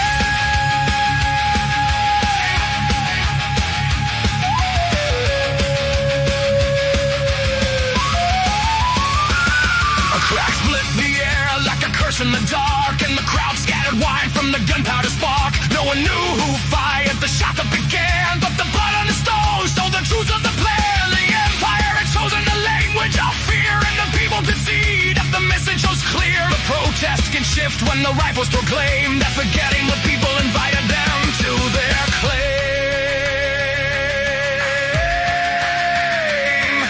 The story spread fast through the taverns and towns, whispered in alleys and shouted in rounds. Each telling grew sharper, each detail more stark, like a lantern that brightens the edge of the dark. Man who once trusted the crowd's steady hand now question the motive that governed the land. When memory falters and justice grows lame, the cycle of violence returns just the same.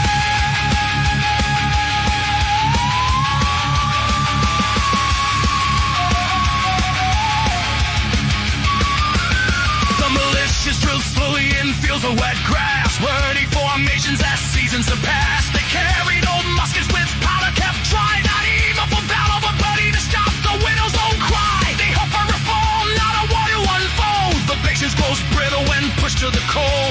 A people forgotten will rise to reclaim the promise that shaped their republic's first fame. The empires at war should from tighten its laws, convinced that coercion could stifle the cause. But pressure breeds fracture, and fracture breeds fight, and the crown could not see while lords in blade fight. But colonists watches their freedoms retain, and the hope for conciliation slowly drain. Believe and forget why the power has aim. The governed remember and answer the same.